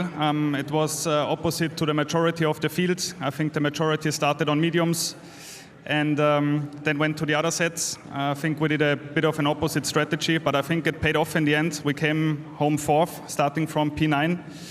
Not our strongest, the qualifying was not on our strongest track, so I think we did really well to recover. Or they did. I was just there. Take the credit. I just feel like being completely part of the team, you know. It was very cool. Well, I think we've actually got some BMW stats for you there. Let's take a quick look at how BMW have been performing. Yes, so actually out of the past few races, they've actually got just 2 podiums out of all of them. I mean, you actually had a chance to sit down as well with some of the guys from your team. What's kind of how do you feel the kind of camaraderie from that? How do you think they've got a good match together? They work well together? They work really well together, and it was fun in a way because they use exactly the same words as we do in real racing. Like we talk about undercut, overcut, we talk about tire management, all those kind of things. We had a long chat about how to manage your tires during a race. I think I could help a little bit, but they absolutely know what they are doing, so they don't need my clever thoughts. Because I mean, reading up a little bit about kind of your history and stuff like that, and you, one of the things was, you talked a lot about you had to like go karting that was like 90 kilometers away. You had like an apartment that was almost like near there because you wanted to race basically. And obviously, without that kind of financial support and input, it's like impossible to do this. So obviously, for one of the things here at GT, it's super important, to kind of democratize racing. I mean, do you think that we're in a position to really change racing for the future? I definitely think so, because what my parents spent quite a lot of money on my career, where I had to learn racecraft, I had to learn how to set up a kart or a car, and this you can absolutely do in a GT as well. So I think it's a great platform. I grew up with Gran Turismo when I was not smaller, I'm still small, but younger. But simulators are my daily business, so I'm spending quite a lot of time in it, and it makes me a better racing driver. And do you think, obviously, the manufacturers are going to start kind of having a bit of a peek at what we're doing to have a look at what's going on and maybe sort of steal a few? Well, I think they would all deserve it. What we just saw in this race was high-class racing, super hard fights, but super fair. You can really see the raw talent which is here in this room, and it was very exciting to watch. So if I own the race car, which I don't, I would definitely let them have a go. Oh, definitely. Well, thank you so much for chatting to us, and obviously stick around and we'll talk to you a little bit later on. Why don't we also, you guys, let us know what you think at home. Who do you think our Michelin driver of the day will be, using the hashtags below. Let's take a quick look at the timeline and just about roughly where we are. So obviously we've had our race 1. They've got their positions now for the start of race 2, and then after that we are going to be jumping into the grand final for double the points, where it all gets terribly exciting and sometimes a bit scrappy, but that's sort of my favorite kind of thing. We're actually going to jump over now. I mean, you might have actually heard on the stream a little bit, some of the voices from the team radio kind of intermixed with what Tom and Jimmy's been saying. We actually pulled together some of our favorite moments from 2019's team radio. Brace yourself. Radio check. I think radio communication is all dependent on the team. I think it can really help when it comes to strategy, which is a strong part of having success in the manufacturer series. If positions are the way they are, we have podium, we have third. Great. There's a lot of things that your driver can't see, especially when you're paying attention to the road. You got a Yamanaka and Toyota, so you know what to watch out for. Having that other perspective and your teammates being able to tell you what you need to do next and really help you to keep pushing on or doing what you need to do as part of the team. What tires are they going on? Tell me. We can know the strategies of the other manufacturers during the race. Whether or not they have to refuel or not, or how much fuel they're using, so you know that they might be pushing or they might be conserving. ¿Cuánto combustible? Poco. 1,5. O sea, vamos a pasarnos. I'm pitting this lap. Are you sure? Yep. 100%. We didn't know if it was going to make it 8 laps or something like that. And I'll just keep asking Tom, how are you feeling with the tyres? Is the car slipping away? Can you still push? Can you do another lap? No, we must pit now. No, you're a 1.5 seconds faster per lap. And it turned out you could do another lap. 1 extra lap, but you make that lap count. Copy. All of that strategy came into play when you were using the team radio, and that's what I really like about the Manufacturer Series. Come on, you got this, P2, P2. Send it, send it. I couldn't control myself and was just willing Angel on to be able to get us over the line to the wins. Yes, mate, go, let's go. Get Monaco, he's on hard, he's on hard. Just sitting on the racing line, Randall Hayward is still there, and Porsche goes up the inside, the lead has changed. Yes, mate, go, we got this. We're going to win this. You are a legend. Porsche win the grand final. Yes, legend, yes, legend. We won it, Angel, we won. Come on! Goodness me, it makes me laugh every single time that I wonder if Angel's got his voice back. Somebody we've got up on the GT desk, Jamie Chadwick, W Series champion. Jamie, how you doing? Good, yeah, I've had an amazing day. It's been cool watching the racing. That's just got me a bit emotional watching that as well, actually. Oh, yeah? It's got to be, when you watch sporting moments and then, someone wins and you can feel the sort of the passion. I can feel that with them. So, amazing. Good stuff. How have you found GT so far? It's been your first experience here at a World Tour event. It has, and honestly, so impressed. It's been unbelievable. I think, obviously, the show you guys put on here is incredible, but also the racing has been so close, and I've had, fortunately, quite a good opportunity to jump on the rigs and have a go myself, and obviously with the Pro-Am race earlier. And actually, the feeling from the car and the simulator sort of realism is so close to reality that actually I feel like I'm watching a real race, and the quality is so high, it's amazing. Well, you've been, of course, here watching. You got any favourite teams down there when you're rooting for? Oh, no, well, I've got to be biased and say, well, in the manufacturers race, I was rooted for Aston Martin. There you are. Sadly, not the best race just then for them, but I mean, the racing is so great that, you don't necessarily need to back a team to enjoy watching it, because there's some seriously great racing, like I said, and I'm looking forward to the final later. 100%. Awesome. Good stuff. Right, we'll have you joining us on commentary, I believe, for the next race. So that'll be baptism of fire, I'm sure. Let's take a look, shall we, at the top six, race one results, I should say, after the Manufacturer Series. So Toyota on top, then ahead of Mercedes-Benz in second, Lexus in third, BMW fourth. Alpha line up in P5 ahead of Audi, Ford, Aston Martin, Jaguar, Chevrolet, Porsche, and Hyundai down there in 12th position. It's going to be very interesting to see how it all plays out between these teams over the course of the next race. Let's get straight into race two then, shall we? And give you an idea of where we're going to be racing, what cars we're going to be racing in as well, because it's a brand new circuit that's coming to GT Sport in the very near future. The WeatherTech Raceway Laguna Seca makes its debut in Northern California, of course, is where it is based. A circuit really that needs no introduction. It's full of history, especially within Gran Turismo. A Group 4 machinery for these drivers to contend with, racing hard, medium and soft tyres as well over the course of 20 laps. 2 times fuel consumption, 2 times tyre wear, a rolling start, and you can see the real slipstream length. That's easy for me to say. Minimum use of 6 laps on each tyre compound, as we had in the first race. Interesting here, Jimmy, as well, of course. Lack of a straight, really, at Laguna Seca more than anything, so not much in terms of slipstreaming. Yeah, it's more just a kind of curve down a T1 over a crest. What do you make of it, Jamie? Have you driven here before? Or? Yeah, not in real life, unfortunately, but on the Pro-Am race earlier, so I feel like I'm going to be quite well acclimatised to the place. It's a tricky circuit. It's very, very easy to overdrive, I find. Easy to overcommit to a lot of the corners. I find it's one of those places that lures you into making a lot of mistakes. So these guys are going to really have to be on it today to make sure that they don't find themselves running wide, because also the gravel and the sort of runoff isn't kind to you quite at all. Brutal, isn't it? Yeah, I found that out earlier.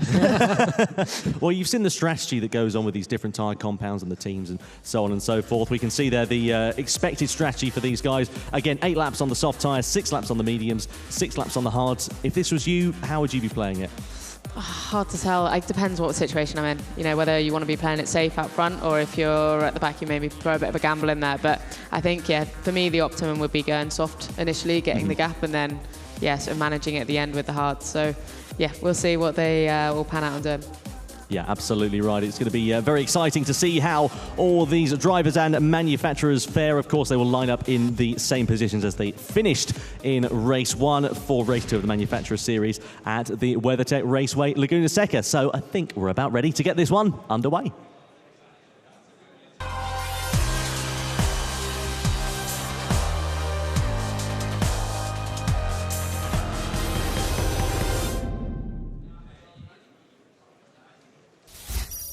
Race 2 of the Manufacturer Series at the WeatherTech Raceway Laguna Seca takes place. Group 4 machinery for these drivers. And here, Jimmy, is how the grid lines up. So yes, Toyota, of course, after winning Race 1, will be starting Race 2 from pole. We have Tomoki Yamanaka. He'll be starting this time at Laguna Seca. Then in second place, it'll be Cody Nikolakovsky in the Mercedes-AMG Group 4 car. Then behind them, Baptiste Beauvoir in the Lexus. Drove well in Race 1. Can he repeat that in Race 2? Then Nico Rublar, BMW mainstay there in fourth position. A lot of support, of course, from the manufacturer here today. Alonso Regalado, one of the youngest drivers here. He's starting fifth in the Alfa Romeo. Then sixth in the Audi is Kato, the Japanese driver. Then down to seventh, we have the Mustang Hakakan there, the American driver. What can he do? We haven't seen him for a while. Then we go down to eighth position, Jamie Chadwick's team, Takeda there in the Aston Martin. Then we go to ninth, and Vinicius Nato there in the Jaguar. Then for 10th, we have Mendoza in the Chevrolet Corvette. Then on the last row of the grid, we have Tristan Bayliss there in the Porsche, of course, winner last time out. And last is Hyundai. Andrew Dubel, a lot of support for him here from the Monegasque/French crowd. Can he make up positions from last place? So what's going through your mind at this point, Jamie? You're getting ready to start a race, and there's a lot of tension, a lot of pressure in the air, isn't there? Yeah, it's the worst bit for me, I think. It's obviously, everything's built up. You just want the race to go green. Obviously, with a rolling start here, it makes it a little bit tamer, I'd say, into turn 1, but still, you're all bunched up together. I would say this is the opportunity to try and make a move. I don't think Laguna Seca is the easiest to overtake at, so I'm sure we'll see some action down into turn 1. See the first look at the tyre compounds for these drivers then. Toyota starting on the mediums, Mercedes on the soft, as well as the Lexus team then. BMW and Alfa Romeo there in P4 and P5 on the medium and hard tyres respectively then. But we are ready to get the race underway then here at Laguna Seca. Race 2 of the Manufacturer Series is underway then. Toyota immediately on the defensive as Mercedes-Benz try and go around the outside. Here come Lexus trying to go all the way up the inside into T2. Side by side we go. Mercedes on the outside, Toyota on the inside. Do they hold on to the lead? Yes, they do. Side by side action further back between Audi and Aston Martin for P7. Here are Lexus though trying to attack and running themselves out wide and leaving themselves under attack to BMW, who go through into third place. Lexus 4 slightly wide there onto the gravel. No grip out there, and then there's a place to BMW behind them.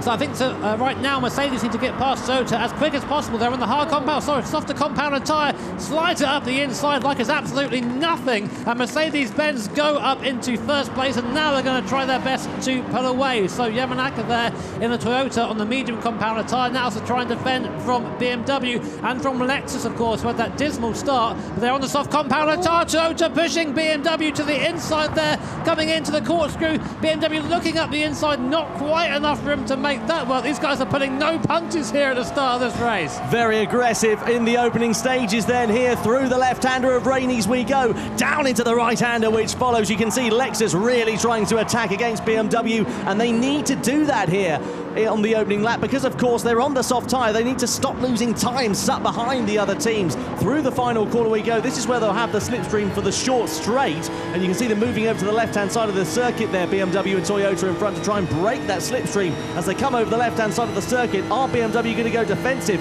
They're trying to attack. Lexus are definitely going to attack. Contact down into turn 2. That sends BMW into the side of Toyota. Huge drama on the start of lap 2 and leaves them now under attack of Audi. I dare say the stewards here are going to be investigating that one. I think that was a bit of a late move for the BMW. Yeah, Jen, I was what do you think? I think that was a late move to defend, to be honest. I wouldn't actually put the guys in the Lexus at blame for that at all. But yeah, unfortunately Toyota there, just innocent party on the outside getting collected. Deary me. Well, it's all kicked off at the start of lap 2. Let's see what the stewards deem that incident to be and who was at fault. The upshot is now we have Mercedes and Lexus, the two soft tyre shod drivers, manufacturers I should say, at the top of the order. Ford meanwhile have an absolute shocker of a start. They're down in 12th position on the soft tyre, so something has clearly gone wrong for them on the opening lap. We didn't see what happened on your screen. Let's get another replay here then, Jimmy. So here's the BMW. They pull over quite late there. From that angle, it doesn't look as bad. You need kind of another on board with the Lexus rear to get a better idea, but I think it might have been a tad late. The stewards have luckily all the information, all the telemetry, so we'll get an idea from them shortly, but definitely needs investigating. And here is Lexus, so you can see Baptiste Bouffoir pushing a little bit hard at the moment, and Toyota, of course, after going down the field, innocent party, as Jamie said earlier on, is now trying to come back through the field on the medium compound. Got the draft of the Audi in front. That Audi, that front-wheel drive car, is pretty quick in a straight line, just pulling away from a Toyota there. He'll be smiling, but Yamanaka definitely isn't. Yeah, concentration face there for Tomoki Yamanaka. What's it like, Jamie, when you're in a situation where you're trying to attack and defend at the same time? You're in a bit of a sandwich here, really. Exactly, it's difficult, but I think you've just got to keep your eyes forwards. Obviously, you're driving a little bit to the pace of the car front. Unfortunately for the Toyota, they seem to just be lacking a bit of straight line speed, but catching in the corners. So if he's going to make a move, I think it's going to be a bit of a lunge. I'm looking forward to see what he does down into this next corner, see if he can get a run, because he's got a really good exit out of that corner there. He's very not close. Quite got the room, but I think he's going to throw it down the inside, maybe into. Oh no. No, not too close there. Lexus given a 2-second penalty for colliding with another car, so the stewards deeming Lexus to be at fault for that incident. What's your view on that, Jimmy? Don't know. I think if anything, they should have just nullified that and got rid of it, but I don't know. Obviously, the stewards think best for there, so there's a 2-second penalty, and that'll be a shame for them, of course, in their race. That soft compound tyre will remain on board with Toyota. Great view here, of course, from the onboard. I think there's some choice words there from Yamanaka. I'm going to assume that. We know he gets quite flustered in the car. 166 beats per minute. Starts coming out his chest nearly. 10 to a dozen there for Tomoki Yamanaka, down through the right hand, and we go then already at the end of lap 3. As well. Yeah, he really has. He's got a good drive through there. It's all about setting it up through that final corner in particular here as well. Hyundai been given a penalty there for colliding with another car. Good drive out, and this is the thing. I was talking to Martin Grady. That front-wheel drive Audi just doesn't seem to be able to get the traction. One of my favourite lines in commentary is understeering like a cross-channel ferry, and he said it just seems to do that. So it's a tricky situation to be in for them at the moment. Yeah, exactly. They're all on different tyres. They're all running different strategies, and they're obviously all very, very close and in the same race. So that's the difficult part of it now. The guys out front on the softs have had the perfect couple of opening laps. They can just get their heads down exactly how they wanted it. The guys further back are a bit compromised by each other, I think. I think here with the Audi, I'd say, being that front-wheel drive combination, that your front tyres are doing the majority of the braking, the majority of the turning, well, the turning, of course, all the turning, and the acceleration as well. So it's quite easy to heat up those tyres, which means when you come out of the corner, there's not much grip there or traction to pull you out the corner. Here is Team Lexus. Even after serving that 2-second penalty, they remain in second place, with the gap now to Mercedes-Benz up to 4 seconds. Now this, of course, is going to... hello. The Audi's off. Audi there going rallying. Not quite the Quattro, unfortunately. He's not going to have a good time out there, but will it be able to defend from Aston Martin? No, that run out there has cost the Aston Martin greatly in here. Sorry, the Audi greatly. Get your words out, Jimmy. Alfa Romeo, though, comes up behind, thinks about it. Not quite close enough to do that, but my thought was that this is going to really help Mercedes-Benz in their fight today. Of course, Toyota, their main rival, down in 4th. Yeah, completely. Alfa Romeo, I was talking to the drivers earlier on, they said the Alfa's really strong in Group 4 machinery. Here's our Hyundai trying to have a little look up the inside, not quite close enough, getting very close there. Now, here's what happened to Audi. We're looking at Toyota in 5th position. Was there contact between the two through the left hand? No, Audi, they just lost it on their own, didn't they? No, touched that sausage curb, and yeah, it depends on the angle that you hit that, but yeah, in that instance, just fired him straight out wide, so a bit unlucky there more than anything else, but yeah, he's still in the race, he's still in the pack, so see what he can do now.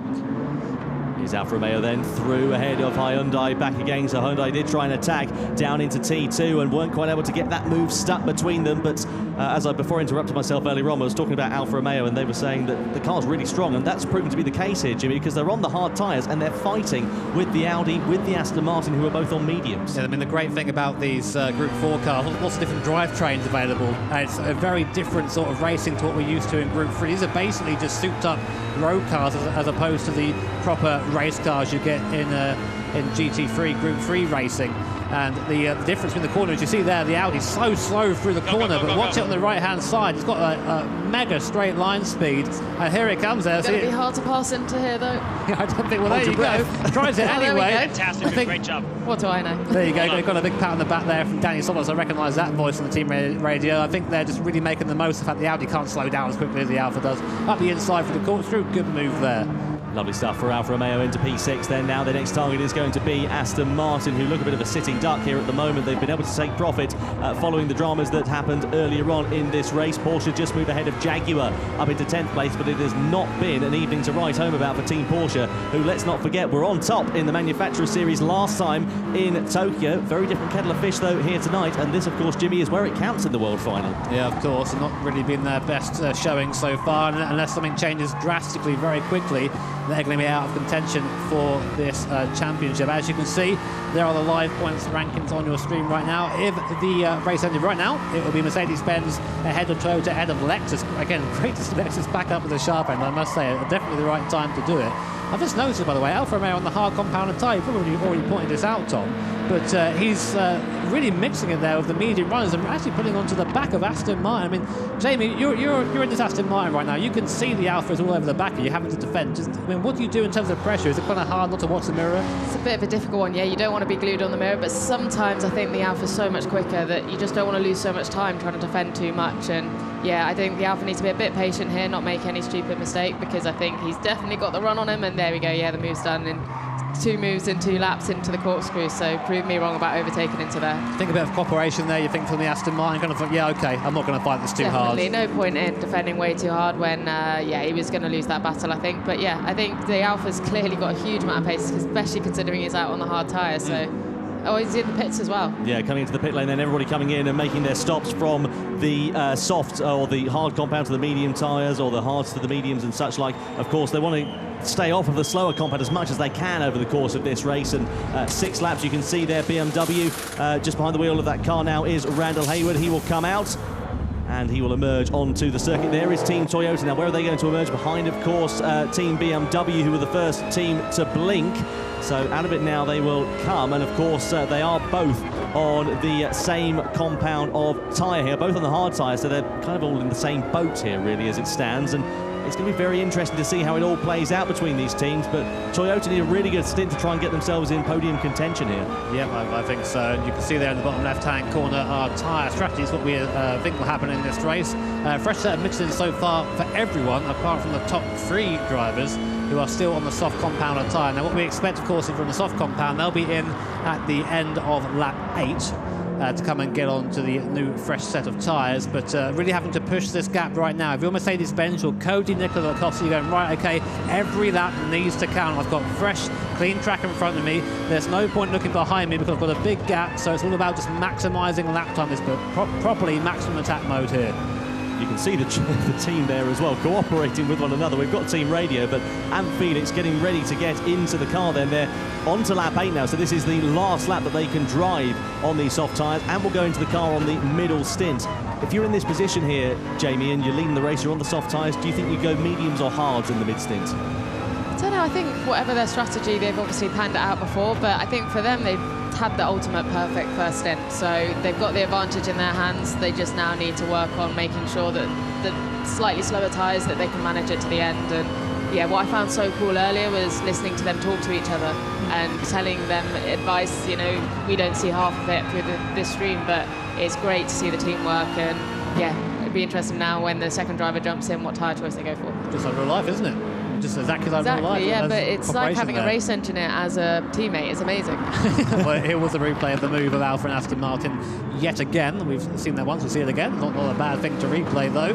Favourite corner for Danny Solis by the looks of things. He's done that twice now, hasn't he? Having great fun out there at the moment. So now the Alfa Romeo, the tables are turned now on the medium compound tyre, can start pushing and gaining on the guys in front. I think it's going to be a good result for these guys if they can just keep it clean and keep it on track. I mean, we're yet to see how everything pans out, but here we are, end of lap 8. As we said, in comes Cody and in comes the Lexus as well. Now, Baptiste Boubois did gain slightly in the Lexus towards the end of the stint, but that penalty earlier on really damaged his chances, I think, in this race. Yeah, I think you're completely right there. So coming into the pit lane then, onto the hard tyres then for Mercedes-Benz, onto the medium tyres here for Lexus. So definitely a difference in strategy strategy going on. And Felix will be behind the wheel of the Mercedes-Benz. Behind the wheel of the Lexus will be Andrew Brooks.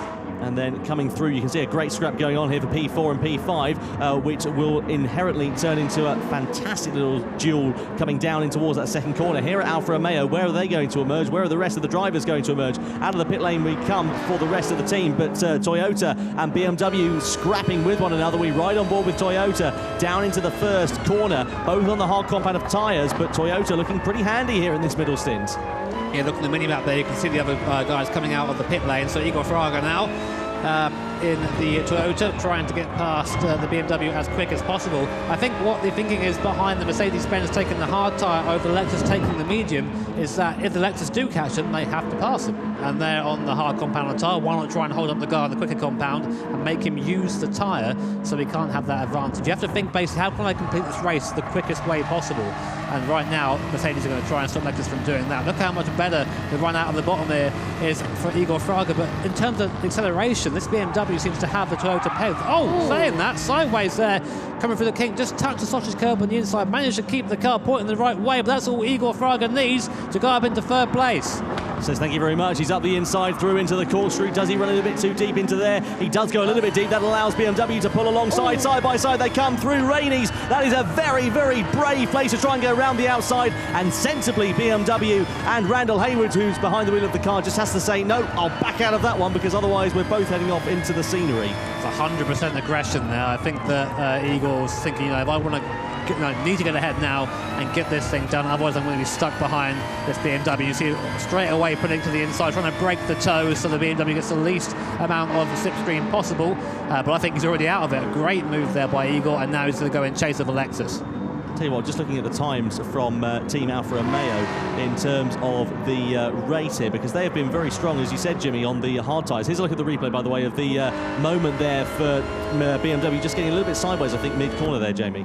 Yeah, exactly. I think it's a really awkward corner, just caught the sausage curb. Did well to actually save it as well as he did, but I think, yeah, Toyota needed no second invitation, and just putting him under that pressure just forced him into that mistake. So nicely done by Igor Fraga. Yeah, just having a look at the lap times as I was going back to it. Alfa Romeo last time around, a 1 minute 27.925. If you compare that to BMW in front, a 1 minute 30.249. Of course, they were squabbling, but Alfa Romeo looking absolutely on fire on these medium tyres, Jimmy. And there he is right now. So Alfa Romeo is now chasing down BMW. So in the car right now is Danny Solis. And look at this. Well, BMW had a mistake surely coming out of the kink and up the inside. And again, that's another move up the inside of the corkscrew. And a little bit rough through there, but they just about give each other enough room. You can hear Jamie there. Yeah. I think you were saying what we're all thinking. Oh, my word, that was a bit hairy. But now, look at the speed that Danny Solis has in the Alfa. He's now already on the back of the Toyota. The momentum he gets on the straights and out of the corners is just far greater than all the other guys. And I thought he might have just had a really quick car and well balanced on the hard tyre, but it looks like it's consistent, especially on the medium. So yeah, this race is definitely going to go in their favour if they continue up this pace. It's all kicking off further back, I think, as well. Chevrolet, Porsche, Jaguar and Hyundai are going pretty close. Not necessarily Hyundai, but Chevrolet, Porsche and Jaguar. Here come Alfa Romeo on the outside of Team Toyota, then through into T2. They're going to try and hold the long way around the outside. They get great drive through the second phase out of turn 3. They're going to draw side by side nearly on the outside. Igor Fraga pushes him out and doesn't allow the opportunity. Will they try and fight their way back through? But as Jamie said, the drive out of the corner for Alfa Romeo is so strong that surely it's only going to be a matter of time before Danny Solis is going to be able to find his way past. Fraga is going to defend into the following left-hander. Porsche have a 5-second penalty. Alfa trying to go the long way around the outside, but it's never going to work through there. He's going to try and set it up, and his favourite overtaking place, the corkscrew, I reckon. Got to be patient, though. You don't be making moves like that. Don't put yourself on the outside too much. The Toyota's always going to come across, and you might end up getting pushed off the circuit. So, again, Eagle there using the strategy of getting on the other side of the circuit as quick as he can, trying to negate any sort of slipstream gift, I should say, he's giving to Danny Solis behind. Of course, meanwhile, the BMW is still hanging in there behind on the hard compounded tyre. All it takes is one little mistake between the two, and BMW stand to make some ground. Meanwhile, at the front of the field, Lexus have caught the Mercedes-Benz. Now, this is where I think Felix needs to try and defend the best he can and try and hold up that medium runner there on the Lexus. So currently in the Lexus, if I look at my sheet right now, is Andrew Brooks. We know how fast he is, a Canadian driver there. It's not had very good luck in Nations Cup, but it's been storming in the Manufacturers Series. Let's see what he can do here against and Felix in the Mercedes-Benz. Bit of damage limitation going on here for Mercedes by the looks of things, Jamie. Yeah, the Mercedes now just need to be so clinical, no mistakes, try not watch the mirrors, just disciplined as possible, and hopefully they can try and keep the Lexus behind. If they can do that into the pit stop, they'll be okay. Difficulty is this place has such a big tyre advantage on a softer tyre that I think he's going to struggle to keep the Lexus behind. But the Lexus has the penalty, don't they? That is very true, yeah. Lexus, of course, you can see there as they come out of the left-hander then. Up the hill they go, and that Lexus has got great traction going through there. Good advantage of the slipstream as well as they come up the hill, heading in towards the infamous turn 8. Drops 6 stories down through the corkscrew. It's an incredible corner that you have to really see in real life to believe how steep it is.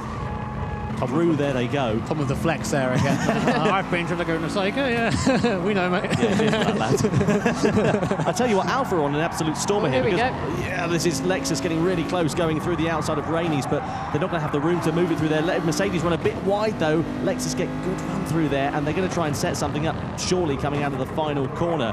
But I was saying Alfa Romeo are in great contention. Sure, they're 10 seconds away from this battle that's going on for the race lead at the moment. However, they have got the soft tyres to use at the end of this race. Here we go then, drawing alongside one another. Lexus on the inside, Mercedes-Benz on the outside. Down on the run to turn 2 we go. Lexus move through into the race lead. The defenceless is Anthony Felix. There's nothing he can do to hold the charge of the Lexus, and Andrew Brooks behind the wheel of that car. And now it is the Japanese manufacturer ahead of the German. I really disagree with you, Tom, but I think there's something he could have done there. Just let him through. I reckon there's a bit of team tactics going on there, because he did just let him through, and I wonder whether they know that Alpha's coming quick, so they need to both not try and slow each other up. Maybe. And whether there's a little bit going on there, because yeah, there's no fight put up. I mean, just about managed to keep him behind for 1 lap, so that's 1 less lap he could use the medium compounder tyre. But yeah, I don't. But anyway, yeah, these guys know better than I do. That's why I'm up here on the desk. So, well, hello, Toyota and Alfa Romeo once again. There's Stanley Solis, a lot firmer than last time. He knows who he's racing against, but he's giving no quarter now. Coming into the right-hander, Eagle's going to try and hold it round the outside, just about keeps it on the curb. But that gives him the inside line now for the left-hander up the hill. And we know that Toyota is decent on the brakes. Can Danny? No. I think he tucks back in again, gets as close as he can. Be careful there, mate. He's so close to running it wide every time he comes through there. He's trying to set something up quickly, though, because right now he's just being held up massively. Exactly. This is a defensive masterclass from Igor Fraga, actually, but I think the Alfa Romeo needs to just set it up into the corkscrew like he's done before, not try and overdrive for the rest of the lap, because this is where he's got the advantage. You can already see the amount of time he's taken out of him. Yeah, they changed the driver, so I think I missed that as well. So Ray and DeRouche there now is in the Toyota. There's a big pit stop while we were watching the fight earlier on, and of course we have a new driver in the Alfa Romeo as well, Shogo Yoshida. So now it's a new pairing going at it, and of course now the Alfa has no tyre advantage, so it's soft tyre versus soft tyre, but still the Alfa looking mighty. Look at what this would mean for the live points rankings as well. It would be Lexus and Mercedes-Benz tied on points as things stand. Alfa have got a great run coming down the start-finish straight over the crest of the hill through turn 1 we go. Toyota defending and doing a really, really good job. It's Igor Fraga then, sorry, not Igor Fraga, rather I should say behind the wheel. Of course, it's Ray and DeRouche who's now behind the wheel of holding that line on the inside in through the first corner. But Alfa, they're just losing time here, and this is really costing them in these closing stages. This is exactly what Lexus and Mercedes need at the moment, just to be out front doing their own laps in clear space, because yeah, the Alfa Romeo has been held up so much. Of course, we still have the top 3 cars yet to pit, so we'll know the true gaps probably at the end of this lap when the next tyre is required to be used. Meanwhile, we're looking back, a great camera angle here from the Toyota looking down the hoop. See BMW still there, they're still there lurking in the background, and a new driver in there as well, so we might see a renewed charge there. Okay, Lopez in the car, yeah, a little bit wide of the exit there, but using all the curb on exit, maybe a bit more than the curb on the exit, but and now we have the pit stop we've been looking for. Mercedes-Benz coming, they then go onto the medium compounder tyre. Lexus then forced to go on the hard compound, and again rolls a reverse, and that's Tom Lartier in the Lexus. We know, sorry, in the Mercedes, we know he's going to be fast, and then there for the fresh Michelin tyres. It just seems like the Alfa Romeo had such a great advantage on the hard tyre and the medium tyre. Now on the soft, that advantage isn't that great. It's fairly evenly matched now with the Toyota, and it's making it hard for them to pass.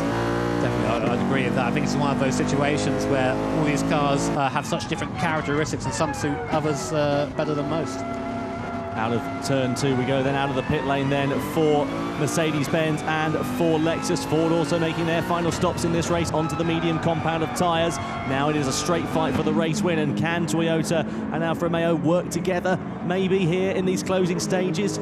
Less than 5 laps now remaining. It's going to be very interesting to see how it all works out with two very fast charging soft compound shod manufacturers in Toyota and Alfa Romeo behind. So through the left-hander we go then. You can see Mercedes there still keeping that pressure at a constant on Lexus, but this has been just a brilliant resurgence in form, Jimmy, from Lexus this weekend in particular. It really has. It's nice seeing them back at the top again and really fighting and challenging for what could be an overall win and of course the world title here today in Monaco, and Mercedes-Benz getting ever closer here. What do you do, Jamie, if you're in the Lexus right now? Oh my word! Inside by the looks of it. There you go. I didn't see that coming. Oh my word! What a pass there! That was rude and fantastic at the same time. There's a point the Lexus did not see it coming. That's why I went to you, James. I didn't think it was going to be a pass there. The Lexus there giving enough room, because they could have both crashed into each other very easily. But mega move. I was going to say be patient, because he's clearly got a pace advantage. But yeah, exactly. What's what I know, because he's got the move done. And yeah, on the medium tyre, clearly a lot more confident. Well, now goodbye Mercedes, I think. Yeah, Tom Lartier doing a brilliant job there on the start of lap 16. Now he's going to try and build that advantage out to thwart the soft tyres of Toyota and Alfa Romeo, who are still closing lap after lap, as you would begin to expect. Let's take a look at a replay of something that's kicked off further back between Jaguar, Hyundai and Porsche, making a complete meal of their braking down at the corkscrew, sending 2 drivers off with them as well. That was, a bit of a mess, I think is probably fair to say. I think that's what happens when you don't give space at the corkscrew. You can only really get 2 cars through there if you're both respectful 3 cars, and, well, you get that. And Tom pushing a bit too hard now. I don't think he needs to push that hard, though. Saying that, look at the gap now to Toyota and Alfa Romeo. Because of the pit stops and the soft compounder tyre, they are now coming through very strong. The gap between Toyota and the leader now is under 4 seconds, or just about 4 seconds at the moment, and coming down all the time. We still have a few laps to go here. Lexus are in trouble here, I think. I think they are. This could be this is going to go down to the wire, this one. Well, maybe that middle stint on the medium tyres would have been better for a stint on the hard tyres instead. It's not proven to be interesting. Maybe that just shows that Lexus didn't have the pace that we were expecting them to have, perhaps. Let's see. Yeah, through the right-hander. This is very interesting indeed. Ryan Darouche doing a fantastic job of just closing that gap down, driving consistently here more than anything. That's what he needs at the moment, is just consistent laps while he's stuck behind these drivers, isn't it? Yeah, exactly. Just consistent, disciplined. Like I said earlier, these guys are unbelievable at it, but this track lures you into wanting to overdrive, wanting to make mistakes, and it's just making sure that you're clinical, disciplined, not forcing yourself into those little errors. So here we are then on board with Toyota. A great view now. This is Ryan Darouche, of course, on that soft compounder tyre, just reeling in the Lexus. And the Lexus, of course, on that harder compound, doesn't really have much of a defence. All they can really do is sit on the racing line and hope for the best at this point. But look at the cornering speed, the difference through there. So much more confidence Ryan has in his Toyota over Lexus at the moment. Now, really, what Toyota are thinking is that we need to get past Lexus as soon as we can and then chase down Mercedes in front. There's a tyre advantage in both of them. Now, see, lifting a little bit there, just trying, I think, anticipate the run through the left-hander and try and use that speed up the hill. Here we go then. Up towards the corkscrew. Toyota has a bit of a run in the slipstream of a Lexus. Lexus goes defensive straight away. Toyota looks to the outside, thinks better of it, I think. You can't really go around the outside there, and tucks back in, but Lexus gets it wrong, goes over the anti-cut. That's going to be a penalty there, and they cannot defend from Toyota. Toyota go up into second place. Lexus get a 0.5 second penalty. They'll serve that next lap. And now the gap between Mercedes-Benz and Toyota is only 2.5 seconds with 3 laps to go. That was a double whammy there, really, wasn't it, for Lexus, losing the position and picking up a half-second penalty. Now we ride on board with Team Toyota. 2 seconds the gap sits, 2 laps to go, and the tyres are about at 2 seconds a lap faster here as well. So I think it's probably only a matter of time here, Jamie. I was just about to say that. I said, looking at the times, it's looking about 1.5 seconds, 2 seconds. So yeah, now that Toyota's in clear, it'll be interesting to see how quickly they can catch the Mercedes. Hugely impressive stuff here at Alfa Romeo, not too far adrift there either, and they're going to be attacking Lexus, especially with that half-second penalty. They'll surely be able to find their way past, but making mistakes like that will not be helping them at all through turn 4. It allows BMW to close up here as well. Through the right-hander we go. Alfa Romeo do just hold on to that position, but it just allows a bit of breathing space for Toyota as they take that half-second penalty. They come back into it now, and they don't lose a position, crucially, there to Alfa Romeo. If it wasn't for that mistake, they probably would have found their way past, but they've got to great run coming through the following left-hander and up the hill. But BMW getting squeezed onto the outside there as well. There's too many cars trying to go into one position. This is getting absolutely brilliant at the end of this race for the final position on the podium here. You're not enough for him to put a car there, but that you're not going to tell that to the BMW driver right now. Koke Lopez has a bit between his teeth, trying to chase down the Shogo Yoshida, in the Alfa Romeo. Looks to the inside. Just squeezes out there by the Alfa. But the Alfa is all over the back of the Lexus. The Lexus has run out of grip. The tyres are gone. Looks around the outside. He's forced off onto the grass now, onto the gravel. They're going to go free wide into the hairpin. Alfa Romeo at the inside. He takes both of them, but goes wide. BMW, Koke Lopez in the third. Alfa off onto the gravel. And Koke Lopez making the best of a bad situation. Goes up into third place. What anticipation there from the Spanish driver. Well, how'd you pick the bones out of that one, Jamie? Speechless. That is unreal. I don't know how they've all just made it through. And I was unlucky for the Alfa just then because I thought they had it down the inside of the two of them, but that is some racing. That's a shame, really, because it's bridged that gap out there now as well, hasn't it? Let's have another look at it then. So this is coming through Rainey's, then into the right-hander, which follows. You can see Alfa Romeo trying to go the long way around the outside. They run out of road. That allows BMW to come into the middle of your shot. Lexus on the outside, BMW in the middle, Alfa Romeo on the middle. 3 cars into one, doesn't go. Alfa just completely made a Horlicks of their braking zone there on the outside. It'll allow BMW and Lexus to go sliding on through into 3rd and 4th place. But the battle for the race lead continues on. Incident, by the way, under investigation for Lexus and Alfa.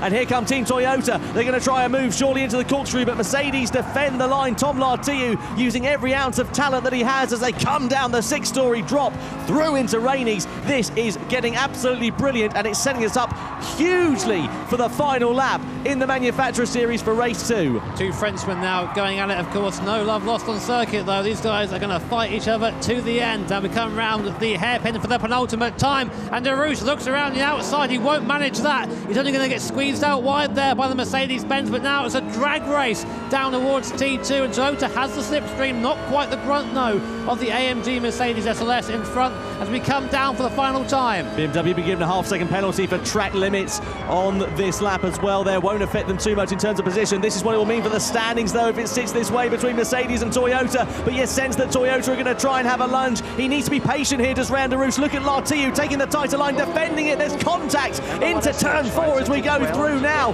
And where is Randaroos going to pounce? Is he going to have the time? Is he going to have the room and the drive? He's got a great drive. You're absolutely spot on there, Jamie. But Lartiu defends. Is Derouche going to be able to make something move? Into the left hand we go. Side by side between Toyota and Mercedes-Benz. Mercedes push Toyota out wide. They shovel them out onto the gravel. And it is Lartiu who holds onto the lead. But Toyota are surely going to try and get the better run up the hill as we come in towards turn 8. Lartiu defends once more. Toyota trying to find their way through into the corkscrew, but I don't know if it's going to be able to make it stick. Side by side we come. Toyota on the outside.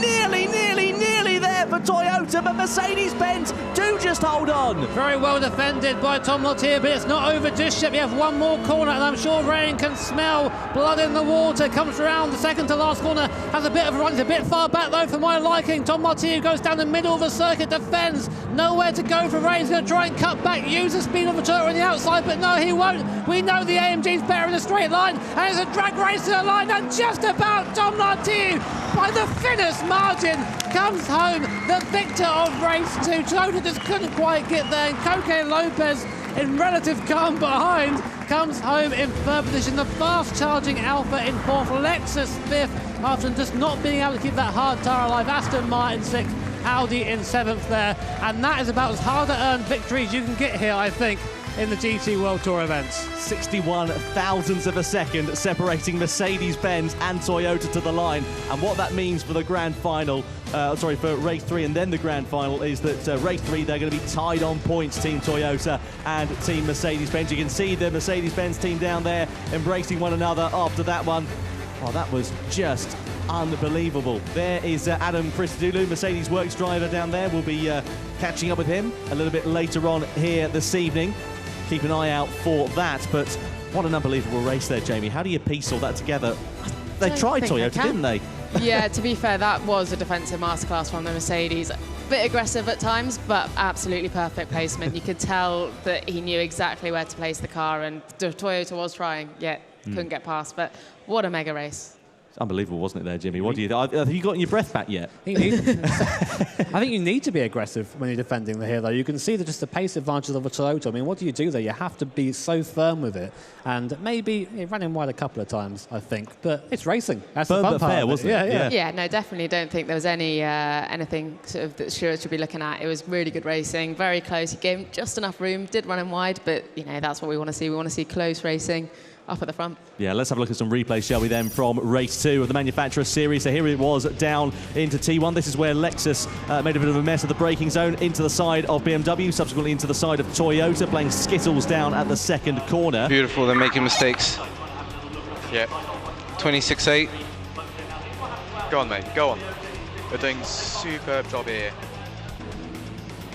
A bit of team radio there. You can see Alfa Romeo. This was them on the soft competitive tyres in the closing stage. If it wasn't for that mistake, they could have well been fighting for this as well, to be honest. All it takes, one mistake, isn't it? And there was the climax, of course, with BMW, Alfa Romeo and Lexus going 3 wide on the lap 18. And, of course, Alfa Romeo coming out the worst, unfortunately for them. They would overtake Lexus later on, of course, in the race. But here was the talking point. Toyota and Mercedes-Benz trying to go around the outside of the corkscrew, couldn't quite do it. And then it turned out to be a drag race at the line with Toyota. So just not quite able to get through to Mercedes through here. And here it was. I thought the Toyota was slow in a straight line. It wasn't. What was it? 61,000, you said? Yeah, it doesn't get closer than that, does it? Well, it does. But, I mean, in terms, relatively speaking, and that's what it means there.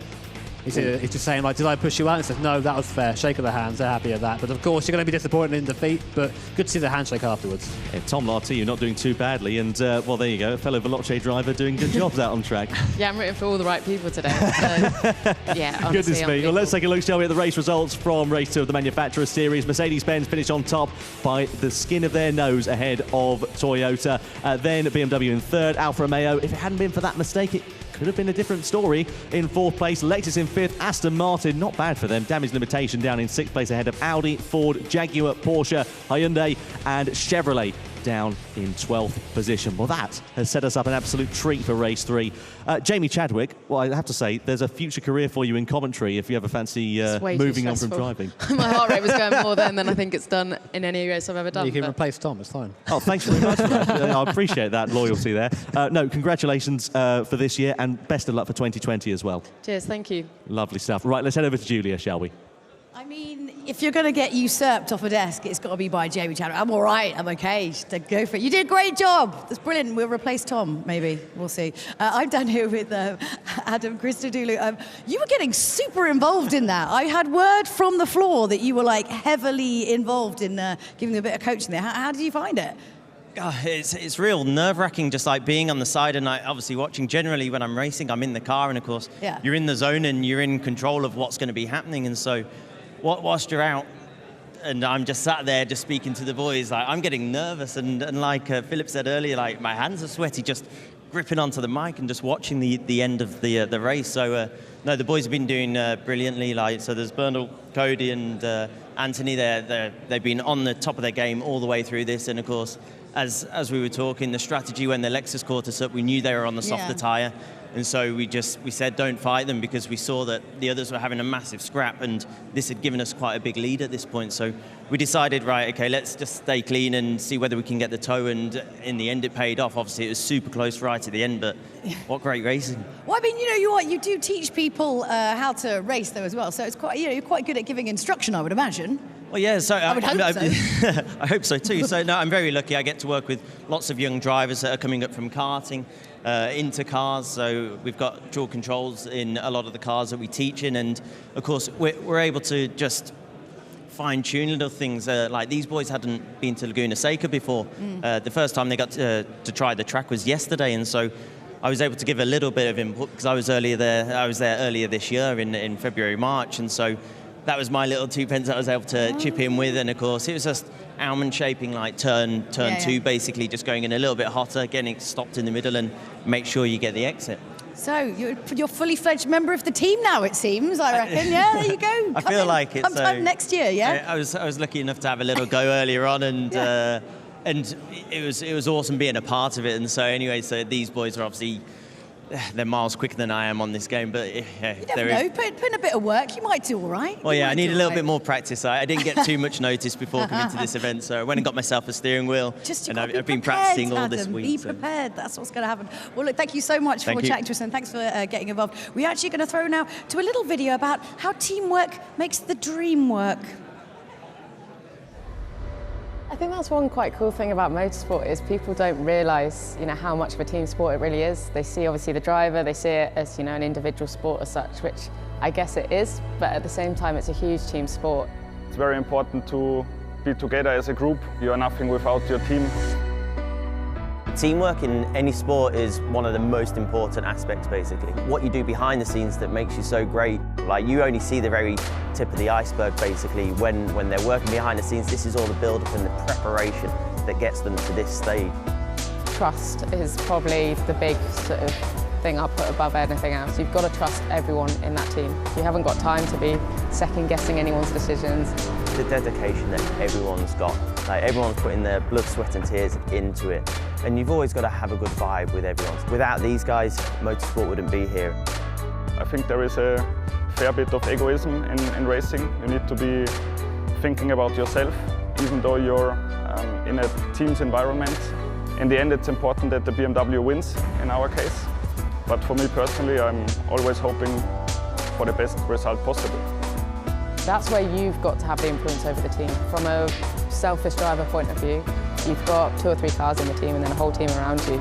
And those 2 drivers want something different to you, you want something different to them. And so it's important to get your own little team around you as well, your engineer, your mechanics, your guys on your car to be working for you to make sure that, that's the best you can be. You need to work really hard, work into the details, because there are 20 very high talented drivers on the grid. And everybody is probably on his day as quick as the other, so you need to make the difference with the little details. Well, there we go then. That's how you do it. Easy as that. Oh, yeah. Definitely. Just like that. I mean, tell you what, though, it was great having Jamie up here. It was a nice little bit of insight there. I mean, the real racer there, and just it's nice to have that kind of perspective. Yeah, absolutely. It's really good to have that insight from her, isn't it? And her experience clearly has paid dividends in what she's achieved so far. 100%. And who knows, maybe she'll end up being a team boss at some point in the future. She's certainly got the right head for it. Yeah, or hopefully, maybe a better driver and maybe a higher formula. We'll see. Well, maybe so. Yeah, that would be fantastic, wouldn't it? It really, Team really would. Hashtag. Yeah. Goodness me. Right, let's take a recap, shall we, of where we are so far tonight here in the Manufacturer Series, because it's been pretty hectic. Let's be fair. We've had a lot going on in both Race 1 and Race 2. It is now time, though, for the Grand Final, of course, which will be coming up very, very shortly. Let's recap the standings, though. Mercedes-Benz sit on the top of the order so far, 22 points, but they are tied with Team Toyota there, of course, on 22 points for first and second. Then come BMW and Lexus, not too far adrift of one another. Alfa Romeo there in P5. Audi, Aston Martin, Ford, Jaguar, Porsche, Chevrolet and Hyundai down there in 12th position. Haven't failed to get off the board here so far. But of course here, Jimmy, it all turns on its head. Double points, a maximum of 24 on offer here in this Grand Final tonight. I mean, I think realistically, the top 2 teams, Mercedes and Toyota, probably have, those are the teams that we have to watch out for. But, there are a couple of teams behind. If Toyota and Mercedes both have a bad race, then that opens the door for BMW. Even Alfa Romeo, who had a great race, of course, in Race 2, and Lexus. So it is still open, but it's a great opportunity for Toyota and for Mercedes. It's going to be really interesting to see how it all works out, of course, over the course of this one. Let's take a closer look, shall we, at the circuit the drivers are going to be competing on for the Grand Final of the Manufacturer Series here tonight. Then it is the Tokyo Expressway Southern Inner Loop. Back to Group 3 machinery, racing hard, medium and soft tyres available, of course. Fuel consumption of ×2, tyre wear of ×5. As per before, we've got a minimum tyre usage of laps. That is 5 laps, though, for this race on the 3 tyre compounds that are available for the drivers. You can see the penalty line there is just after the start-finish, just on the start-finish straight, down in towards the second corner, so keep an eye out for that. And here is what we're expecting for this strategy on the Michelin Racing tyres, Jimmy. Yeah, similar to what we've had in the past 2 races, of course. 8 laps, we think, on the soft tyre and 6 laps on the other 2 compounds. In terms of fuel, a full tank will get you 16 laps, so there has to be a refuel at some point during the race, which is going to be interesting to see how our teams set up that strategy. This track has been described as a fast Monaco. So, of course, very tight walls around here. It's all about precision and keeping it clean. So then, we are ready. The audience here are ready. We hope you are ready at home. It is time then for the 2019 FIA Gran Turismo Championships Manufacturer Series Grand Final.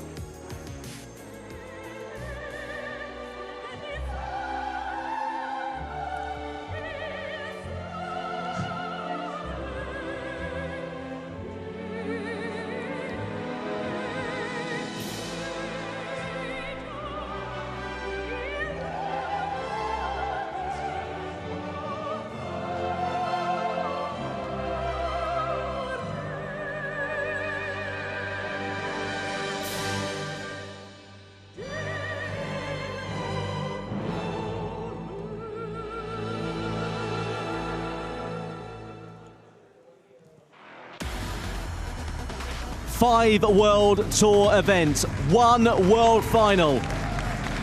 We started back in March in Paris. It all comes down to this for the Manufacturers Series crown. And here's how the grid lines up. So on pole position then, our current leaders in the standings, Mercedes-Benz, Kota starting off for the grand final. Behind them, Toyota and Yamanaka. What can they do? It's between them and Mercedes realistically, but one of these guys can overtake as well. BMW, Randall, Hollywood Haywood there, starting for them. In fourth position, Shogo Yoshida in the Alfa Romeo. Very quick at the moment, but Lexus, of course, always a threat. Baptiste Bourgeois starting the car for them. In sixth position, Aston Martin. Nick McMillan, they moved up from the start, sixth place. What can they make out of this? A possible podium, we'll see. Hayden Hunter there in the Audi, not quite as fast as we thought they would be, but still in the hunt. Adam Taipei there, starting 8th position in the Ford GT, and behind them is Florian Pagenaud in the Jaguar F-Type. Then in 10th position, it's Matt Simmons there in the Porsche. And then on the last row of the grid is Hyundai there with Duval. He'll be starting off. And then last but certainly not least, it's going to be Matthew McEwen in the Chevrolet. So then, let's see the tyre compounds for the first time, shall we? Mercedes-Benz starting on the medium, Toyota starting on the hard. Nobody going for the soft on the opening stint in this race here, Jimmy. That's going to be very interesting to see how it all plays out. So, I mean, it is interesting because Mercedes, who are leading the standings right now on whoever won the first race first, of course, are now at this situation where they can try and put away from Toyota early, whereas BMW may come under attack or may attack Toyota early on. So it's really going to be a strategy game, this one. I'm looking forward to it. It's going to be great. The grand final for the Manufacturer Series for the 2019 FIA Certified Gran Turismo Championships about to get underway. Then who will take the victory at the end of this race? But most importantly, who will be crowned the world champion in 20 laps time? We're about to find out as the grand final for the Manufacturer Series in Monaco is underway then. Mercedes-Benz lead the field over the timing line. Cody Nikolakowski takes the field down towards the first corner for the opening time of asking. Team Toyota and Tomoki Yamanaka into second position. Through the sweeping left-hander we go. Keep an eye out for BMW. They're looking pretty handy on the opening stages of this one, trying to close up into the slipstream. They've got a long run down in towards the next series of corners here, and are they going to be able to find a way past is the crucial question. We'll get the answer very shortly indeed, but over the crest of the hill we go. It's getting very exciting. Alfa Romeo and Lexus going side by side with the Japanese manufacturer up the inside, and BMW pushed wide into the hairpin. Alfa on the inside as well into third place. Aston Martin are coming through here as well. This is getting aggressive on this opening lap. There's loads of time left here, but it's really exciting to see how it's all playing out. So Lexus and their aggression there, they caused all of that, and of course that benefited Alfa Romeo and put them up into third position. Now they have to try and hold up Lexus, Aston Martin and BMW behind them. Meanwhile, for the lead, it's Toyota and Mercedes. They're side by side at the moment, current through the tunnel. This straight line speed of Toyota wins out, and a Toyota on the hard compound of tyre goes into the lead. This is going to be disastrous there for Mercedes' strategy. Meanwhile, Alfa Romeo is there as well, and Lexus, the top four, relatively close as well as Aston Martin on the back of the train there, coming up to our next big braking zone. Alfa Romeo looking to the inside as it's Mercedes up the inside of Toyota. The brake disc glowing there as they mash the brake, and Alfa Romeo on the inside. Are they going to take the lead here? This is unbelievable on the corner exit then for Alfa Romeo. Are they going to find their way past? They don't quite are able to do so. And Toyota continues on with the lead of the race. It was going side by side as well. I think between Mercedes-Benz and Aston Martin, Lexus get a 1 second penalty for colliding with another car here. Through the left-hander we go then. And it's going nose to tail at the end of this opening lap here. You can see Toyota just brushing the barrier as they pick up sparks on the outside as we come to the conclusion of the opening lap. An incident, meanwhile, further back under investigation between Ford and Audi. Audi have been demoted down to P11 at the end of lap 1, so something has clearly gone on between those two different manufacturers. The upshot is, though, that Toyota leads the way as things stand. 1 lap down, 19 to go, and look at that, you don't want that in your rearview mirror if you're Alfa Romeo. There is Cody Lukowski, of course, I imagine quite frustrated after being dethroned by Toyota and then being overtaken by Alfa Romeo, coming up again to the first big braking point of the circuit. Great camera work here. Mercedes on the inside, late on the brakes, they'll go through up the inside, and Alfa Romeo, yes they do, nice and easy there. Alfa there, although being harried by Lexus and Aston Martin. Bear in mind though that Lexus have that penalty, they'll be serving that very shortly, and that'll drop them way down the order. Disastrous really for Lexus. That is a huge shame for them. They had a great resurgence, have had a great resurgence in performance. They drop all the way down into P7. It's really not when they'll have wanted a penalty there either. Of course, there are no real track limits here at this Tokyo Expressway South Inner Loop circuit because there's no circuit to run off of. But if drivers run along the wall on the outside and are deemed by the stewards to have gained an advantage, that is where they will serve a penalty. On board with Cody Lukowski of Mercedes-Benz, closing in the slipstream of the Toyota of Tomoki Yamanaka, who is behind the wheel and trying to find their way past. They draw alongside almost. Toyota going defensive down into the tight right-hander, which is about to come along the way, but going up the inside, nearly there for Lukowski, and keep an eye out for Alfa Romeo, who are really close in the background and are getting the elbows out massively here on lap 2, but still side by side almost we go for the race lead. Toyota though do hold on as BMW mugs Alfa Romeo for 3rd place. We were told this is going to be a slipstream race, and you can see that by the fact the top 6 are all together on track right now. Of course, Mercedes-Benz are now past Alfa Romeo and up into 2nd place, and of course now chasing down Toyota once again. It's important for Mercedes-Benz and for BMW to get by as soon as they can. They're wasting their time on the medium compounder tyre behind the Toyota here, and again look how big and threatening that AMG looks there from the rear view camera. Toyota almost being pushed along as we come round to start lap 3. First corner's the left-hander, BMW Aston Martin on the inside of Alfa Romeo. They're going to be forced out wide there. There's no runoff here, straight in the wall if you get things wrong, but they'll get through there in one piece. And again, slipstreaming now down to the hairpin. Aston Martin there trying to tuck back in. Jaguar there on the inside of Aston Martin there. Got the slipstream to the top 8, covered by only about a second as we come on to that 3 and down to the hairpin once more. BMW on the outside past Mercedes. Can they get past Toyota as well? I don't think they're going to quite manage it. No, this they are. They're past out Mercedes-Benz, not quite past over there. That was a great move there to hang it out dry and stay in 2nd place. Tomoki Yamanaka firmly shutting the door out of that corner there. I think this is going to be one of those races where we're going to lose our voices at the end of it, Jimmy, because it's so exciting already. Already going, Tom. Already going. That bodes well, doesn't it, here in the grand final. But Toyota, it's hard to overstate really what a great job they're doing on that hard compound of tyre, holding up the BMW. Randall Hayward, the driver behind the wheel of that car. Nicolas Rubilar, Coque Lopez, drivers to come. They're going to be in the slipstream. They're surely going to go left as Toyota will swing right and try and hold off the line and try and go defensive. They do indeed. And now it's side by side into the braking zone. Who is going to brake latest? BMW going for the race lead. Is Randall Hayward going to get the advantage? He tries to go the long way round the outside. Will he manage to make it stick through the hairpin? Side by side they come on corner exit, and BMW leads here in the grand final. What a great move from Randall Hayward. Mercedes-Benz and Aston Martin in the background going hammer and tong as well for track position. Mercedes just holding on, but this is proving to be a very difficult 3rd lap for the German manufacturer. They've lost the lead. They're now potentially set to lose the podium. That was a beautiful move from Randall Hayward. I lost the words there, rounding outside of the hairpin. You don't see that all too often. There are the live point standings, so I wouldn't trust them because the positions are changing very, very frequently. It looks like BMW starting to do something that no one else has so far and trying to put away there from the pack. Toyota there kind of holding people up in the background, and of course Randall Hayward is on this medium compounder tyre. If he can put away, this could bode very well for the BMW outfit. Now Mercedes-Benz are now trying to challenge Toyota again, coming down in the slipstream. It doesn't seem that the AMG has enough grunt to get by. It seems to be the case there for Mercedes-Benz, and this could potentially be very favourable here for BMW as you see Toyota versus Mercedes, then side by side they come, then to the braking zone. Toyota very close behind BMW, Mercedes on the outside of the Japanese manufacturer, coming through the right and then the left kink, which will follow, and back into the slipstream once more for Mercedes-Benz. But I was saying that BMW, depending on what happens behind them, they could be potentially on course to win this one here, because they're currently second in the standings as things go at the moment. But if it all kicks off behind, they're in the pound seat, and that would be a hugely unexpected turn of events. Maybe. We will have to wait and see. This is the beautiful thing about the manufacturers race, and of course our final race with double points is that it can all go, we can all reverse very, very quickly. So Mercedes-Benz again stuck with Toyota. There's not much they can do for this final section. They're all being dragged along by a BMW in front. It's kind of acting as the push through the air at the moment. And here we are then coming down to the braking zone once again. So right-hander, our driver's turning, BMW sitting on the inside line. They're trying to give any space to Toyota. They actually push him out wide there, force him to take a wider line. And Mercedes are back through again. So Mercedes back into second place.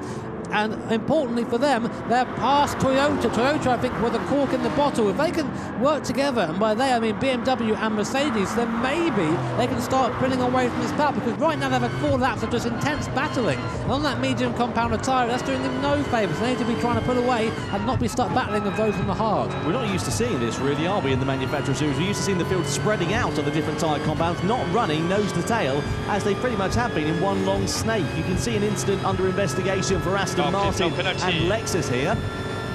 Just trying to tune into the team radio of Baptiste Beauvoir there. What's he got to say, if anything?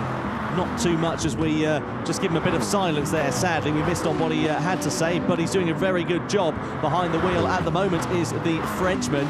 Meanwhile, this battle still continues on for the race lead. These drivers, of course, are going to be on lap 6 very shortly indeed. And when they do, of course, that'll be the last time that they're able to use these tyres. The first scheduled pit stops will be taking place. Meanwhile, further back, look at Alfa Romeo having to defend as Jaguar were trying to have a sneaky look through. Porsche coming into play now finally here tonight as well. We haven't seen them battling, but look at 4th place as well, as Lexus are really trying to attack against Toyota coming out of the kink. That's the live point standings, but it'll be out of date by the next corner, I reckon, because Mercedes, as it stands at the moment, will be on top, but that's all going to be getting set to turn on its head. A couple of little love taps there through the series of right-handers with the Lexus and Toyota. They want to get by quickly as well. You can see the Toyota struggles a little bit through the corners, but then is dragged back in with its straight line speed and also the slipstream in front. So, you know, when they announced this track for the grand final, I was a little bit sceptical. I was like, really? You're going to use this circuit and not maybe a more traditional circuit? But now I'm seeing exactly why they did. It's going to promote close racing all the way to the end. In the background, as I say that, another move looking to be made. We can't quite see if that's been made or not. On board now with Lexus though, and again now they're right on the back of Toyota. They're in the same position Mercedes-Benz were in a couple of laps ago, where they can't really get past Toyota because of the straight line speed ability of that Group 3 Super. Look at it through there. The Lexus has no chance at a straight line compared to Toyota. This is Baptiste Beauvoir who are riding on board with then the Frenchman. Just coming through the right-hander, Jimmy. I was going to say James then, goodness me. Excuse me. I know, very formal.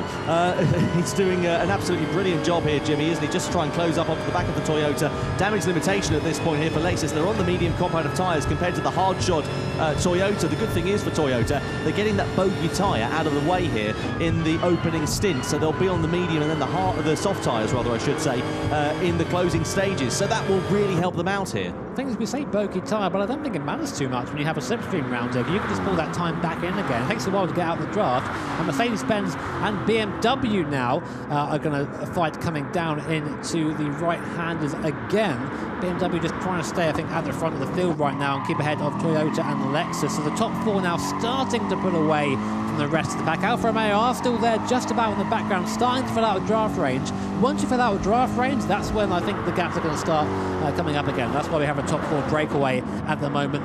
And Lexus is simply pushing Toyota. Look how close they are through the shot here. Look at that. They're so close right now, but they just can't quite get by. Very, very close indeed. Back into the slipstream once again here for Lexus. So clearly just don't have the grunt, the straight line speed to work with it. Through the tunnel we go, then through into the right-hander. Really does give a brilliant sensation of speed behind the wheel of these Group 3 machines. As we mentioned earlier on, the onboard camera, of course, tracking where the driver will be looking through these corners. It looks further ahead, basically. Of course, you have to look through the corner. Helps it open it up a little bit more. You can see how late on the brakes Toyota were able to go into that corner. Too late on the brakes. I think they've overshot it, as have Lexus. Side by side now between Toyota and Lexus. Oh, in fact, into the pit lane there, so I'm getting excited about nothing as they change over their tyres. Interestingly, BMW choosing to stay out. Now, I wonder if that's a good decision or not, because everyone else has pitted in. The only guys to go for the soft compounder tyre are Ford, so that could be interesting. We'll see if that helps progressing through the field again.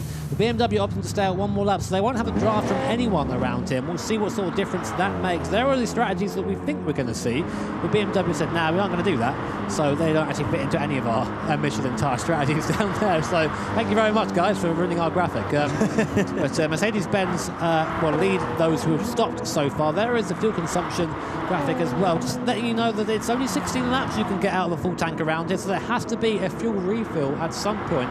And when you do that, of course, it's going to depend on how the race unfolds for your team. So we're on board with Toyota again now, and we're in the draft of Mercedes-Benz. Familiar, Tom, is that? It seems to be, yeah. It's a bit of a recurring theme, this, isn't it, over the course of this race. It's all kicking off as everybody comes out of the pit lane then, and all the drivers slot themselves into position. You can see Audi going tumbling down the automotive. They've had a bit of contact there with the wall. Aston Martin down in P7. Hyundai going down into 10th position. But Team Toyota doing a very good job there in P3, drawing alongside Mercedes-Benz. Side by side we come. Just to remind you, we're live in 7 different languages here for the grand final of the Manufacturer Series tonight. You can watch us in German, Spanish, French, Portuguese, Italian or Japanese, or you can carry on listening to us English blokes ranting on about what's going on here. But Toyota into second place then, now ahead of Mercedes-Benz, so this is getting very, very close indeed. And you can see Lexus there now trying to challenge, but on the hard compound of tyres.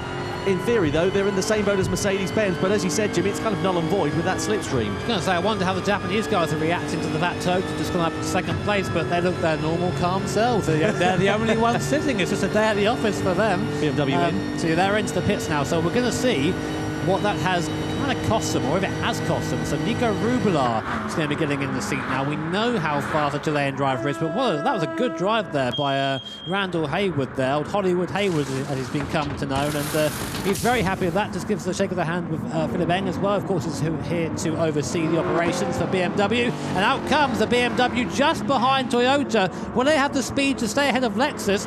They do, so they slot in between Toyota and Lexus. And this is actually a bad turn of events for Mercedes-Benz. They're falling down the order. It's really not gone well at all there for Mercedes-Benz. I think they ran wide going into that hairpin, and that is what has cost them a big amount of time, and also 4 positions inherently there as well. So the driver who's behind the wheel of that car, and Felix, is going to have to pull his finger out and really try and put the hammer down. The advantage, of course, is that he has the slipstream. I suppose that's what Randall Haywood was hoping. He doesn't want to be in the lead. He wants to have the slipstream as with everybody else, but there's just a bit more of a gap being created to Toyota and BMW at the moment. 1.6 seconds it sits at as we stand on lap 8. Now, this was stock car racing, and I was Lexus. I'd give the BMW a little bit of a bump in a straight line bump drafting. However, that is outlawed in this series. So if you are caught bump drafting, you'll get a virtual slap in the wrist from our stewards. So here's what happened to Mercedes. Let's have a look then. So they come down to the hairpin. Oh, just overshot it, I think. Very wide there. That allows Lexus through. And of course, there's contact there. So they were actually, that's interesting. So they went wide, but Lexus didn't really stop. They kind of just drove into them. So that might be something we'll see the stewards look into. Well. And Lexus, they're really getting the elbows out with Jaguar. And luckily, Jaguar just being able to hold that at the moment in the car right now for Jaguar is, yeah, there you go. You got that before I did. So he did a good job of holding that from spinning. But now he's holding up his little train. Well, this is getting very exciting indeed, and hugely unpredictable. There is Andrew Brooks, who is behind the wheel at the moment of the Lexus, and he has got it all to do there in P4. Here is Jaguar, though, Vincenzo Neto, the Brazilian driver, trying to attack against BMW. What they need to do here is they need to work together, because Toyota are clearing off out in front in this here race. You can see there as they come down through. I think there's a glitch on the timing screen there, by the way. It does just reset itself. So 3 seconds the advantage now sits for Toyota. They've been able to break away, but it's all kicking off further in front, as you can see. Getting a bit of a biff through there. That was out from air this time. Mercedes getting roughed up But as you said, Tom, all this is doing is letting Toyota romp away. And potentially costing them the Manufacturers Series World title here tonight as well for Mercedes-Benz. So it's not going the way of Ant Felix. The thing is, for those guys, he's got to be on the tyres for a minimum of 5 laps in this race. He's got to do it. He can't just jump out of the car. They can't just stick Tom Lartieu in for the closing stint for as long as they want. They have to run a minimum of 5 laps in this one. So if Ant Felix continues to get bumped around like he is doing so far and roughed up, this could be potentially very, very costly indeed for the German manufacturer. As BMW, we thought something had gone wrong there briefly, but it's all okay. Warning being given to Lexus for their conduct out on track. We saw some contact with Mercedes-Benz earlier on and a bit with Jaguar to boot there as well. But Jaguar slowly just making their way through the field, very quietly through in this race, now sitting in 2nd position and in a very good position here at the moment. We knew Jaguar would be strong here. They've got a lot of straight line speed in the F-Type Grand Fury car, and it seems their BMW driver actually opting to stay behind for now. So Rublev thinking better of it and thinking, you know what, maybe I'll save it for the straight at the end. There's no point getting by now, then giving the Jaguar a slipstream all the way down to the last overtaking point on the circuit. Really, you want to overtake at this hairpin coming up. Medios. Just listening to Rubilar and Coque Lopez there talking to one another in Spanish. Asking about tyres, I think it was there, who was on what tyre. Was that a bump there? I think it might have been. Just trying to translate the Spanish. I lived in Spain for 2 years, but sadly it's conversational at best. And, well, it all continues on in this race. And now Nicolas Rubilar is in the position to attack against Jaguar. Here is what happened between Lexus and Jaguar. This was a side-by-side action coming down into the right-hander. Was there contact? There was indeed. BMW coming into play there as well. Side-by-side, Jaguar on the inside. And I think there was some contact maybe with BMW. No, not quite through there, but there was the contact. And Lexus just squeezed out as Jaguar gave them no room. Yeah, hit the wall, then pinballed back to the Jaguar, but luckily there was no further incident there. Alfa Romeo now up into 3rd position. So Nicolas Rubilar there, and his hesitation actually cost him a place as Alfa Romeo. Definitely a resurgence. Not a great first race at Alfa Romeo, but they've been doing so well since then. And this could be an unlikely podium for the Italian manufacturer. This is a team that no one thought would be doing, well, I mean, to be fair, they're not that well in this series. They're not had the best run of things. BOP's not been fantastic for previous events, but here, I think a lot better. Just missed out, of course, on the top 6 qualifier, though, earlier on. That's definitely a sign that they've been doing very well. A good resurgence in form then for Alfa Romeo. Here's the live point standings as it sits then. 46 points. You can just see the car class if you've just joined us. Group 3 machinery equivalent to the real-world FIA GT3 class. Fully fledged race cars, wider bodies and aerodynamic kits on the cars, and you can see what that means in a straight line for these drivers as well as they try and use the slipstream. Going defensive there in front of Mercedes-Benz is Lexus, just in the forefront of his shop. Alfa Romeo get the better of Jaguar for P2 then, so that's a nice sneaky move up the inside through into the hairpin for Alfa Romeo. The Italian manufacturer is on the podium, and this is the best performance we've seen from them all season long. If they can pull this off, this will be a podium for them here, but we still have half the race yet to run, and everyone there going into the barrier on exit. That's going to slow them up coming onto the straight, and of course has allowed the cars behind to get a little bit closer. So Jaguar there, BMW in 4th, Lexus and Aston Martin very close for 5th and 6th position, and here comes Jaguar. Look at the straight line speed of that F-Type. That makes me feel proud inside as a Brit, of course. Look at it go down towards the hairpin again. Alfa Romeo, all they can do is tuck back into the slipstream and try and lose as little time as possible as we come down to the hairpin again. So not much more time now, only a couple more laps until we see the next run of pit stops. And here, looking back from the Jaguar, you can see the straight line speed advantage that Jaguar has. Accelerations there, and Alfa Romeo not able to keep up. But watch this Alfa Romeo for the corners. It's a very quick car in the corners, this Alfa Romeo, and it will just eat the gap back up again, and we'll do it all again coming on to lap 11. So then, tension is in the air at the halfway stage in this Manufacturer Series Grand Final. Alfa Romeo just running a little bit wide there as Jaguar are not too far in front. They've got the advantage of the slipstream. Meanwhile, Toyota have absolutely cleared off in this one. 5.8 seconds and increasing lap after lap in this race. Behind the wheel of the car at the moment is Rayan Derouche, the Frenchman, who is doing brilliant things. He's just able to keep it consistent, keep it calm, keep it controlled, and now he is nearly 6 seconds ahead of the rest of the field. This is one of the best drives we have seen from Toyota all season long, and this is when it counts the most. Doing exactly what they need to do, which is just putting laps right now. They were fortunate enough to break away from this pack behind. They're going to have the soft tyres in reserve at the end. They don't have a slipstream though. And this is what happens. They're all squabbling over the podium. And Toyota, in the meantime, are like, all right, then, fair enough. You guys do that. I'm going to focus on, you know, winning this thing. And that's allowed Ray and Darush to pull away. The advantage for Toyota, they got the hard tyres out the way early doors. They're on the mediums. Now they're on the soft. If they're on their own in clear air, then that surely is, barring a mistake, going to be a surefire way of securing the checkered flag. Here's Rayan. Let's see what he's got to say. And inevitably nothing as we cut back to that, of course. That's the way it goes. Warning being given to Aston Martin for colliding with another car. Yeah, I tell you what, it has been a difficult day at the office for Aston Martin, hasn't it? Such promise at the start of the season, taking the Manufacturer Series win back in Paris. Since then, it's just gone downhill. It's been even worse for Audi, though, who are my pick to come through the field, and they didn't, which is unfortunate. Still got half the race to go, or nearly anyway. Alfa Romeo again looking up the inside, so it's BMW. That's I think that's Lexus force wide on the outside. It is, yeah. Sideways there, the BMW. Nico Rublar, we see that from him. He's very, likes to oversteer the car quite a lot in this game. Not good for the rear tyres, of course. He'll have the inside line for the next corner, but it's going to be a drag race down there, and it seems that the BMW is able to pull back up behind. So the Lexus, had the speed out of there. BMW could not get the move done. Here is Jaguar and Alfa Romeo. NATO versus Regalado. You see Jaguar so just follow right inside your screen. Try to pass him after the dock.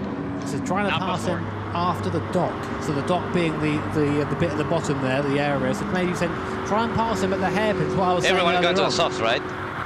Yeah. Pit in, pit in. Pit in this lap. Pitting in this lap then for those guys.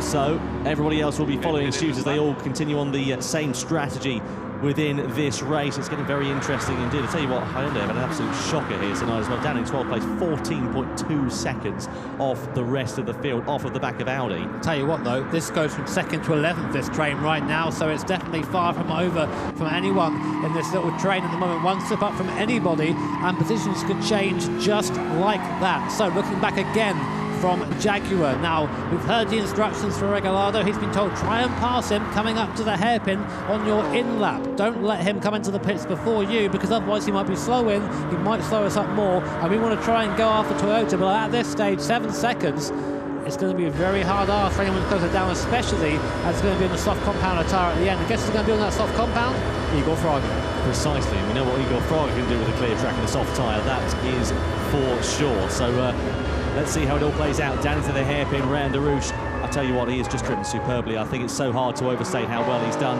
Into the pit lane then he comes from the mediums onto the softs. Igor Fraga will come in. They've got to take fuel on board here as well, don't forget. They will have to make that pit stop as everybody else follows in suit. Everybody making their final stops here in this race. Ford continuing on by the looks of things. Hyundai also down there in 12th position. I tell you what I want to know, Jimmy, what happened to Chevrolet's pace earlier on? They were in the top 6 qualifier there, don't forget. They've had an absolute disaster here tonight. At this track too. I think just shuffled out. I mean, bear in mind that, as I said, the train from 2nd to 11th is pretty much everybody. So it's just a matter of being in the wrong place at the wrong time. So let's see who comes out where. Of course, Toyota a net first, because Ford are still yet to pit. Alfa Romeo come out ahead of Lexus, and Jaguar there with the big fuel stop have lost out massively. They were running in 2nd position, or net 2nd I should say, and now they're down behind Audi and just ahead of Aston Martin. That's what happens when you get your fueling wrong. They were trying a bit too hard. Everyone else is maybe saving a little bit of fuel because there has to be a fuel stop here. This is the last pit stop to do so, and that's what it's cost them. And that's what it promoted them, of course, up into that position in the first place, having not made that pit stop. Then you can see Porsche side by side with Lexus as they come down in towards T1. Porsche on the inside, Lexus on the outside. Pick your lane, boys. Up the inside go Porsche and through into the podium, the 4th place rather, I should say, here in this race. That is Angel Inestrosa, the Chilean driver who is his 2nd time out of the country and doing very good things now behind the wheel. This is what we were expecting to see from Porsche here this weekend.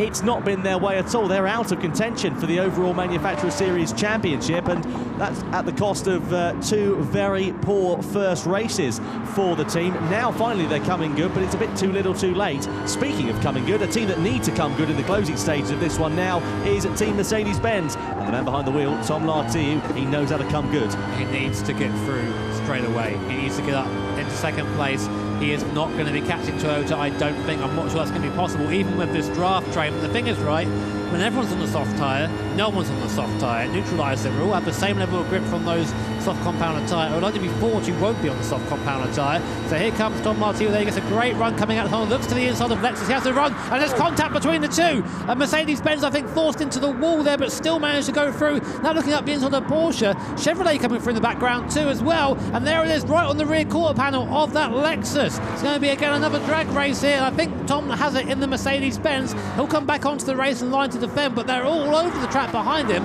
And now he's going to try and lock onto the back of Porsche.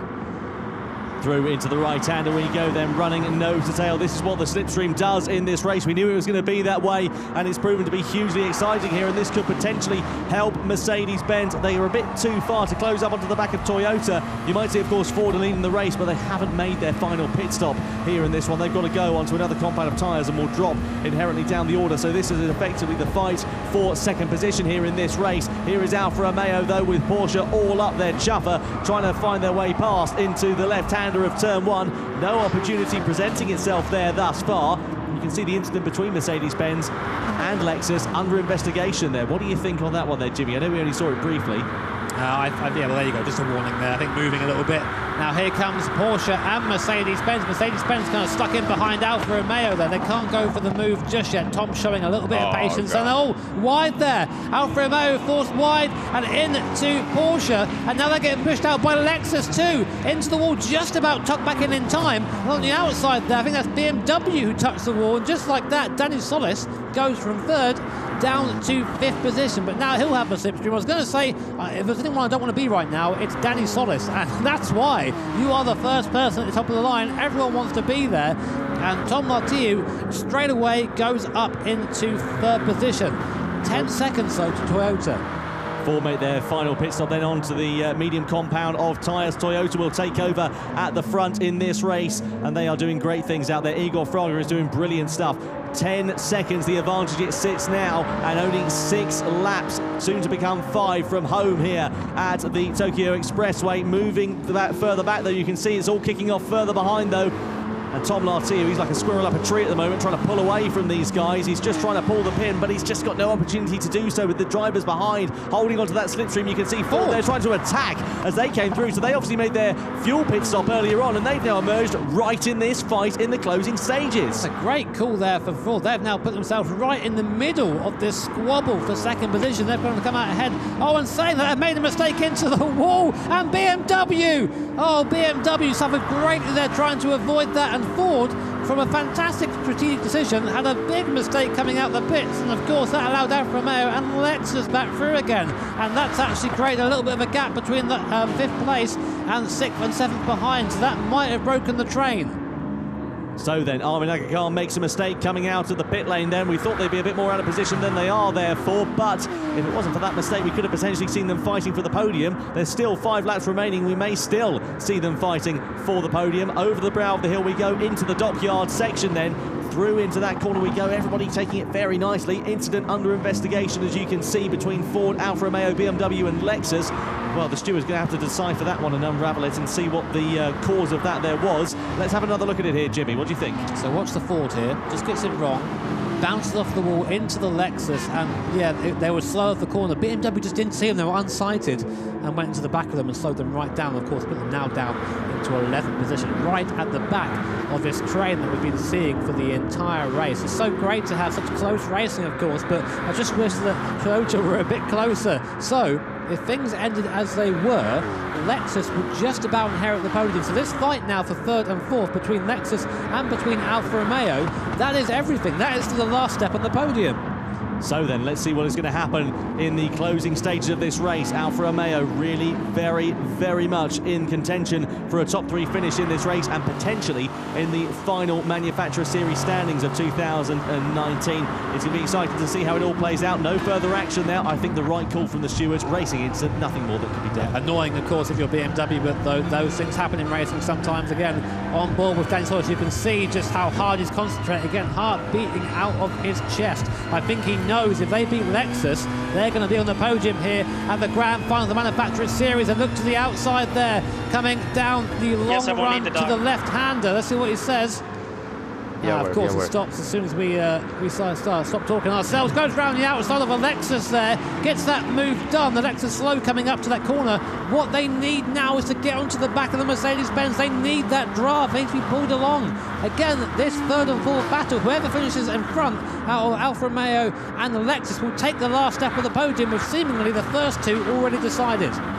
Well, it's all but over yet. Anything can happen in motor racing, and we know that it usually does there as well. You can see just how close that battle for third place in the overall standings between Alfa Romeo and Lexus is.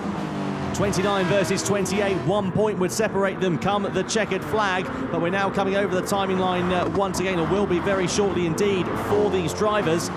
It's going to be exciting to see how it all plays out for them. Chevrolet there in P5, just in the background. Team Toyota, though, with Igor Fraga. This will be a very well-deserved confidence boost here for Igor after yesterday's misfortune in the Nations Cup. A full team effort that it has been for Yamanaka and Rayan Darush. Nature of the beast, you know, you're part of a team here, you need to work, otherwise the whole team fails. And that, of course, can be said for Yamanaka, for Darush, and, of course, for Igor Fraga, who picked himself up yesterday after what will be a very disappointing exit from the Nations Cup.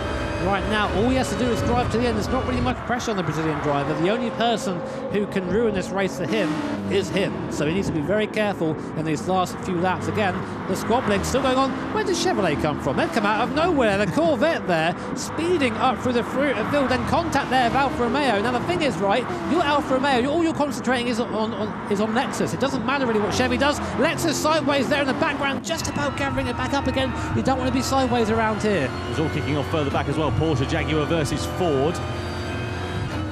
So there we are. We can see it all kicking off between those drivers. Ford now just dropping down into 10th position. Thing is, right, you're in the grand final now. Your Mercedes-Benz, your Alfa Romeo. Where Chevy finished don't really matter for you. Doesn't really matter what happens for that. Do you let him by? Do you let him go? Because you see how aggressive, how quick that Corvette, as you were saying earlier on, they were really quick in qualifying. Now finally they've found that pace. Yeah, exactly, and they could prove to be the cork in the bottle that the other teams around them need. Here is Kokei Mizuno from Japan. We're used to seeing him in our top 16 Superstars races. Here's a replay of it all kicking off then. This is Chevrolet trying to attack. You can see Lexus a little bit deep there on the brakes. Alfa Romeo also in amongst the mix. Chevrolet, what a move that is from Kokei Mizuno. Pulling alongside on corner exit, getting a great tight line through that hairpin, really able to take profit, then drew side by side with Alfa Romeo, and were able to get through into the podium position. Yoink, I think is the word for that. I'll take that. And up into third spot. So now he'll be the one giving the draft to the crazy train behind him. And look at that. Putting onto the back of the AMG like it's standing still. Look at the draft and the straight line speed of the Corvette, the V8, American V8 powering, of course, that very mean looking C7 Group 3 car coming down to the hairpin now. What can Tom do, if anything? Corvette looking to the outside, such confidence there. My word, that's how you want to do it. He's really showing, I don't think he meant to pass it. He's going to show, you know what, look, I'm going to pass you, mate. Look how much quicker I am. And just like that, Tom now has his view back in the rearview mirror. This could potentially be very costly indeed here for Mercedes-Benz. You've seen how costly one mistake has been there, or one error, even if it's not his own fault, for BMW down in 9th position. They were fighting for the podium at just a handful of laps to go. Now they are down in the lower half of the top 10 with Ford right up their back bottom, trying to find their way past. In the slipstream we go then once again with Alfa Romeo. Down the start-finish straight to start another lap here at the Tokyo Expressway. Southern Inner Loop in the Manufacturers Series Grand Final. Danny Solis behind the wheel of the car at the moment. Alonso Regalado, Shugo Yoshida, the two drivers who have been doing very good things behind the wheel of that car to get them in such a good position here within this race. And now they're in contention for a podium here as well. And potentially, as we said earlier on, that top 3 in the overall standings for the Manufacturer Series. Aston Martin here can really upset things for Lexus. They're going to start fighting with Lexus, who are fighting for the podium with Alfa Romeo, and they're forced wide by the British brand. Aston Martin goes up into 5th position, overtaking Lexus, and that is a big blow to their podium aspirations. If they cannot beat Alfa Romeo on circuit, they will not be taking the podium here today at the World Finals in Monaco. So this little train at the moment is incredibly important for Lexus. They need to get back into it again. So we're watching Corvette, Alfa Romeo being pulled along by the American car. And of course in the background now, Aston Martin is so much faster, that car in a straight line, already dropping the Lexus as we come up to the hairpin again, coming through this very fast section, very sweeping. Some where the downforce really has to be used to its greatest effect. And now down to the hairpin. Mercedes on the inside, late on the brakes. Corvette looking to the outside. Can they make it round? No. Still there. What was that Alfa Romeo on the inside there? They had a look. Alfa tried to get by Corvette there. They wanted to try and get another car between them and Aston Martin, but Corvette still, Chevrolet still staying up into third place. And Alfa Romeo has to keep their eyes in the mirror. I would not want to be Danny Solis right now, I can tell you that. So, coming round the last section, once more about to come on to the penultimate lap. Here's Mercedes-Benz, there's Chevrolet, there's Alfa Romeo, and here we are then, penultimate lap. Mercedes leaves this train, Toyota well out in front at the moment, but anything can happen in this little train. Certainly could then. Over the timeline we go to start the penultimate lap in the Manufacturer Series Grand Final. Then down in towards that first corner we go for the second to last time of asking. BMW been given a 10-second slowdown penalty here then. So that is absolutely huge for the German manufacturer. They're sitting in 7th position here currently. Coque Lopez. I've got a steward notification that's saying for not following the tyre rules. They've not gone on all 3 compounds of tyres. I think they have, but no he hecho absolutamente nada. I think there is going to be some, again, choice que no points there, but meanwhile, sorry, Coque, it's all over you, but Corvette and Alfa Romeo together, contact between the two. Again, Alfa Romeo need to finish ahead of Lexus for the podium. They're sitting on the inside. Where are Lexus? What happened to Lexus? They're down to 11th place. There was an instant there, we didn't see that, and I think that's their podium effort over and done with. Well, that is absolutely huge there for Lexus then. They could be potentially out of contention. They're going to have to have the mother and father of all laps. Here come Audi. They're pulling alongside Aston Martin here. Side-by-side action we go then. The German manufacturer versus the British. Corvette in front here. The Chevrolet team in the forefront of his shot on the podium positions, coming down through the right-hander into the hairpin. You can see Chevrolet defending, Aston Martin on the outside. Audi try and go the long way on the inside then. Will they get the brakes done? Will they get the move done? Yes, they do, and they go up into 4th place here on the penultimate lap. Easy, boys, coming. You've got one more lap to go at the moment. Alfa Romeo has gone down to 6th position. Not sure what that does to the rankings. Aston Martin may be in with a chance of a podium themselves here if they can get past Corvette. Alfa Romeo need to get by Audi. They need more points than this. This is going to go down to the wire. There's contact against the wall there. They're all driving their hearts out at the moment onto the penultimate lap. Mercedes-Benz, thankfully for them, have a bit of a gap now, so they're clear of this gaggle, but we're on board with Audi at the moment. Behind us is Alfa Romeo, and in front of all of this is Toyota and Igor Fraga.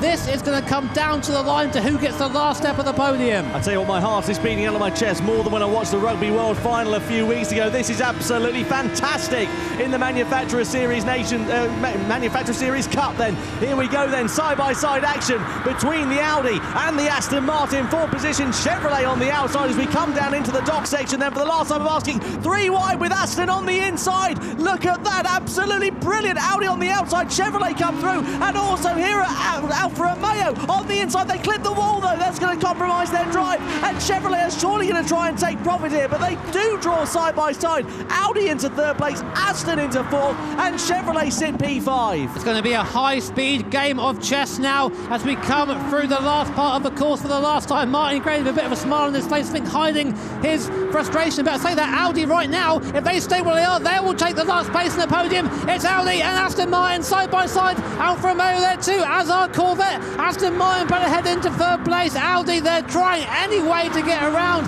Can Martin Grady use his years of experience to lift Audi onto the podium? And down in towards the corner we go. Look at Audi on the inside. Alfa Romeo are looking aggressive. Chevrolet braking very late indeed. As well as Alfa Romeo. Aston Martin on the inside. Oh no! Contact with Aston and Audi goes spinning round on the last lap of the Manufacturer Series Grand Final. And Toyota, 21 races, 6 World Tour events, and they are Manufacturer Series Champions of the World in 2019. Toyota win the Manufacturer Series here at the World Final in Monaco. Mercedes-Benz, they fought right until the end, but they come home second best in 2nd place on the road, and Corvette and Chevrolet finished just in 3rd position at the very end of that race. Alfa Romeo 4th, Aston in 5th.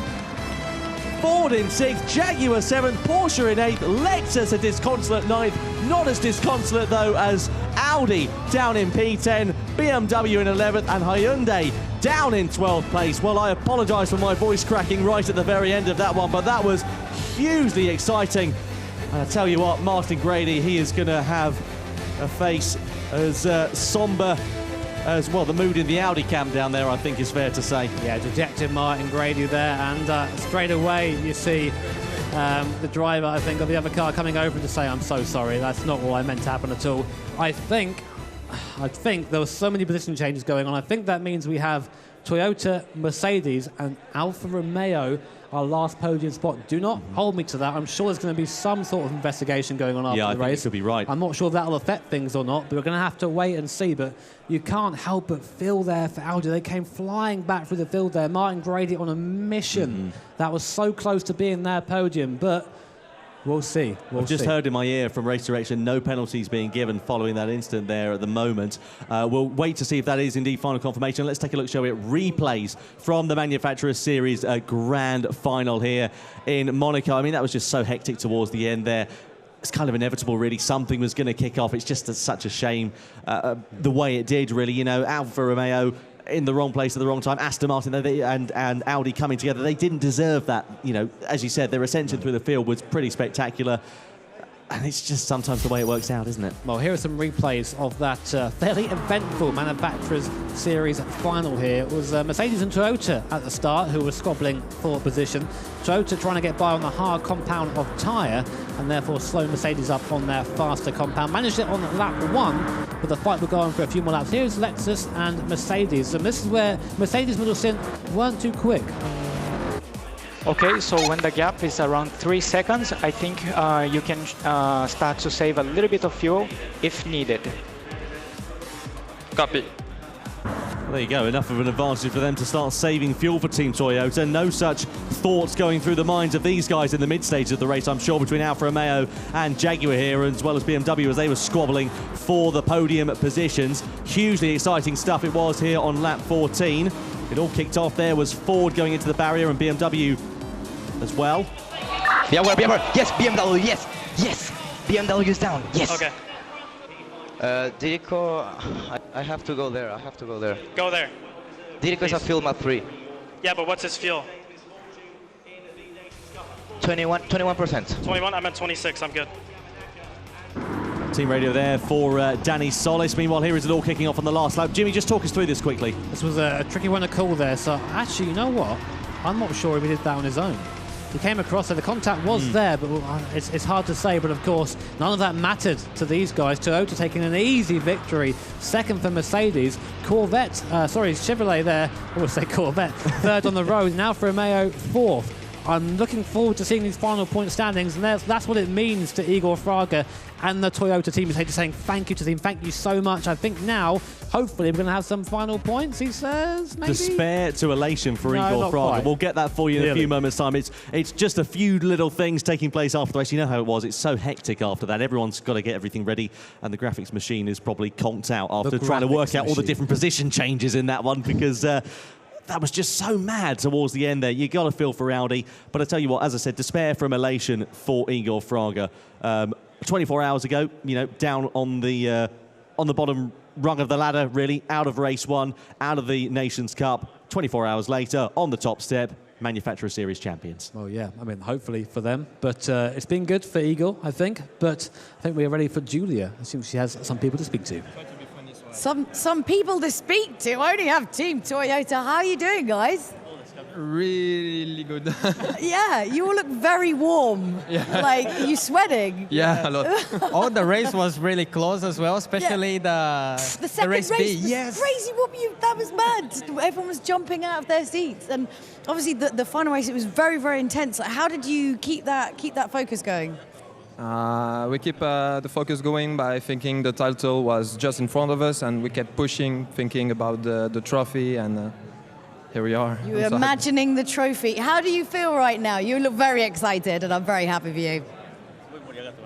いや去年2位ですごい悔しい思いをしてでこの間の東京のワールドツアーも3位という悔しい結果で終わって、今回は絶対ワールドチャンピオンを取るんだという気持ちで来て、本当にねライアンとイゴール、そして今まで一緒に戦ってきたトヨタのチームメイトに本当にみんなに感謝したいと思います。So yeah, the last year I had a bad experience here, obviously, and the last World Tour as well. I ended in third, and this time I really just came to win. And I can't thank Ryan and Igor and all the guys who's been involved in Toyota up until now. I can't thank them enough. I mean, you guys seem to be gelling really well as a team. What's the key to having good teamwork, do you think? I think communication in our case. We communicated a lot, and everyone was knowing what he had to do, and everyone has done everything correctly. So yeah, and also like even during the race, we were trying to communicate a lot and trying to see the best situation for the race, and we were just keep going. So good day in the office today. Finally, yes. Yes, a good day in the office today. See, Yes. Oh, well, look, big congratulations. We're going to chuck it back over to Tom and Jimmy for those final standings. Good heavens. Well, let's have a look at the final standings then, shall we? Of the grand final in the Manufacturer Series, Toyota take the spoils ahead of Mercedes-Benz. Chevrolet on the podium there in third position. Alfa in fourth, Aston in fifth, Ford sixth, Jaguar seventh, Porsche in eighth. What could have been for Lexus and Audi in ninth and 10th, Hyundai and BMW down there in 11th and 12th. Now the final standings. Team Toyota, 46 points to become the Manufacturer Series champions of the world in 2019. Team Mercedes-Benz there, just 4 points away at the end of that there in second position. Alfa Romeo did get third position there, Jimmy. You were spot on. What a story for those guys. I mean, they came into this competition, I think, thinking they had no chance to be anywhere near the top, yet they are going away with a podium exactly where it matters in the manufacturer's final. You can't help but feel good for them. They showed such pace and such tenacity. I don't know, for me, like I was rooting for them in the end. I'll have to admit. Do you remember when we were looking at the graphics earlier on in the start of the race, we saw BMW and they were potentially in contention to win it, weren't they? At the overall Manufacturer Series, that is. They finished down in the lower half of the top 10. Well, it's what happens when you don't follow the rules. They didn't follow the tyre rules. The tyre strategy steward saw it and went, nope. They ain't doing that, and that was 10 seconds. That's easy to do. That's easy to make the mistake we saw. Remember back in Paris when Eagle did that? Of course. He's changed from soft to soft, didn't he? So easy to do that, and I think that's what happened there. And unfortunately for BMW, as with other things, one mistake is all it takes. Yeah, certainly is. Well, big drama then here in the Manufacturer Series. It is time then to get our podium underway here in Monaco for our top 3 finishers in the Manufacturer Series.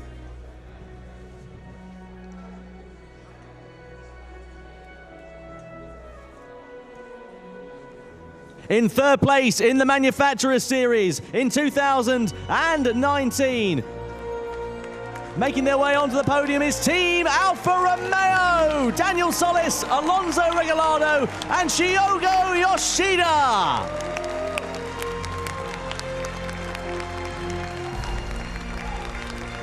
Second place, making their way onto the podium here in Monaco. Anthony Felix, Cody Nikolakowski and Tom Lartiu for Team Mercedes-Benz.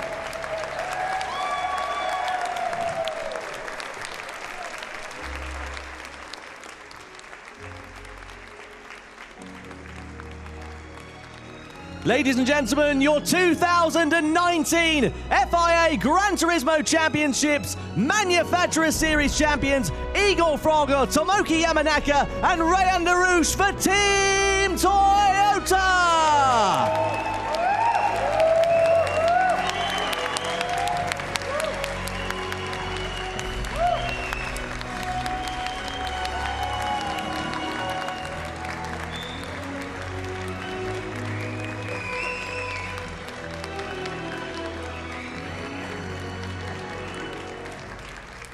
Ladies and gentlemen, your respect please for the national anthem of Japan.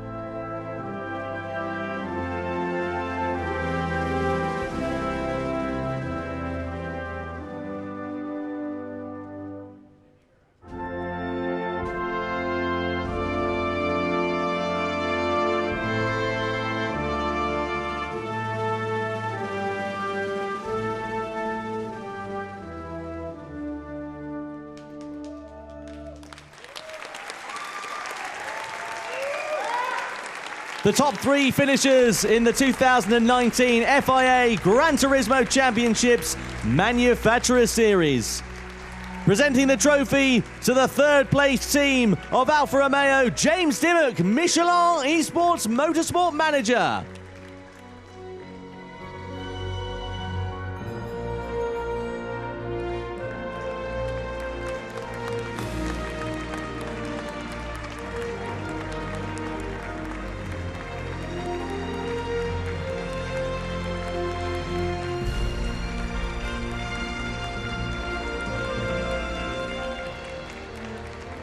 The 2nd place trophy presented by Stefan Filostre, the head of brand at the FIA, to Team Mercedes-Benz.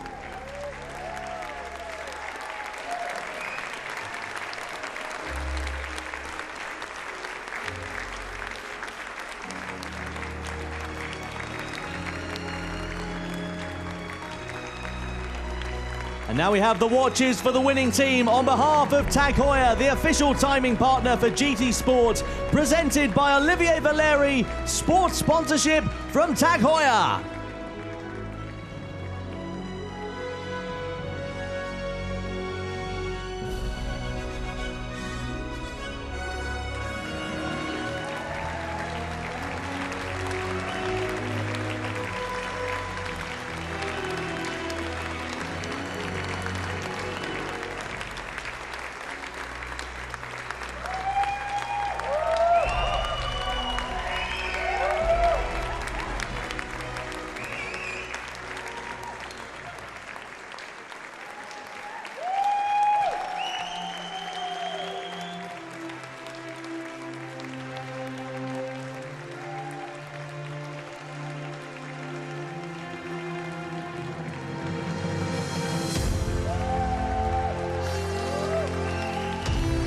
And the 1st place trophy presented by the producer of the Gran Turismo series, Kazunori Yamauchi, to Team Toyota!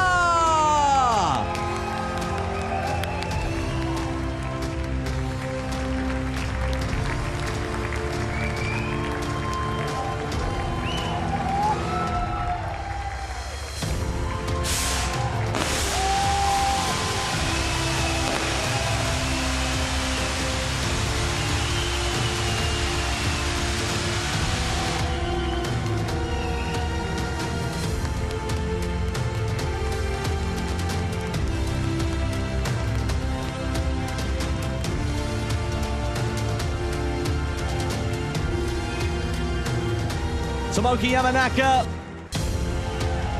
Rayan Derouche and Igor Fraga, Team Toyota, the 2019 FIA certified Gran Turismo Championships Manufacturer Series winners here in Monaco. What a hugely impressive result for that team, for Team Toyota, and indeed all of the drivers that they have had throughout the 2019 season.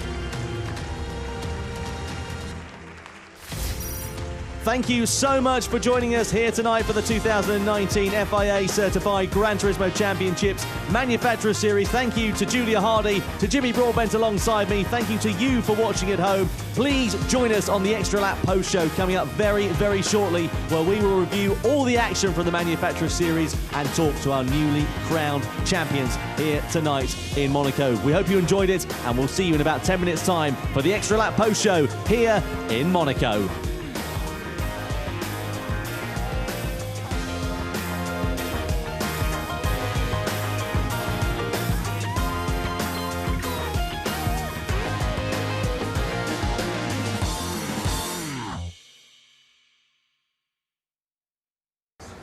Oh, the finals are, it's the same when you watch like the World Cup or the last race of Formula 1 or whatever it may be. I mean, the finals are always, particularly when the championship's on the line, it's usually the most intense. Emotions are heightened for each of the competitors.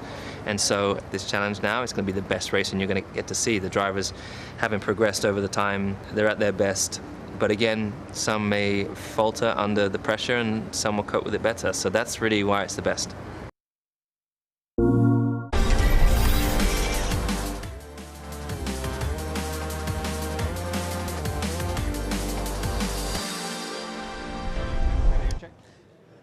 Hello and welcome to the extra lap. We have got all the juiciest bits of gossip for you moving forward about what just happened, because so much happens, we literally can't keep up. So I'm joined by Philip Eng and Adam Christodoulou, who were chatting to you obviously earlier on the show. Guys, how are you doing?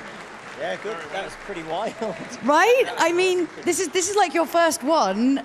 We do like a bit of pyrotechnics in here. It's quite jazzy, no? Oh yeah, like, so the podium was obviously incredible, but just talking about the racing, like, I was on the edge of my seat just watching the last few laps, and of course, I suppose you've always got to try something on the last lap, and as it happened, it all kicked off. It all did kick off. What was your kind of first, I mean, how do you feel after seeing all this? I think you heard me shouting every now and then. I was completely emotional. Okay. It was super cool to spend time with the guys from BMW and to watch this whole event. I'm completely wet. I was so into the race. It was incredible. I mean, what's kind of like your big sort of takeaways from watching this live? What have you been? What did you have any kind of, misconceptions about what it was, to watch kind of, Gran Turismo esports? Has something changed your mind? I don't know. What do you think? I think just the whole atmosphere, it's exactly like being at the track, just with the fans here and just the emotions that you feel. Like, you can see the guys, obviously, if something doesn't go right, they get upset and angry, and it's exactly the same as when we're at the racetrack. So if something doesn't go your way, you can't help but release your emotions, and of course people end up seeing it. I mean, we kind of get a better view of like when somebody's a bit cross, because there's like a camera literally in somebody's face like this when you're sort of annoyed. I mean, what are kind of some of the biggest things that you've seen here that you didn't know before?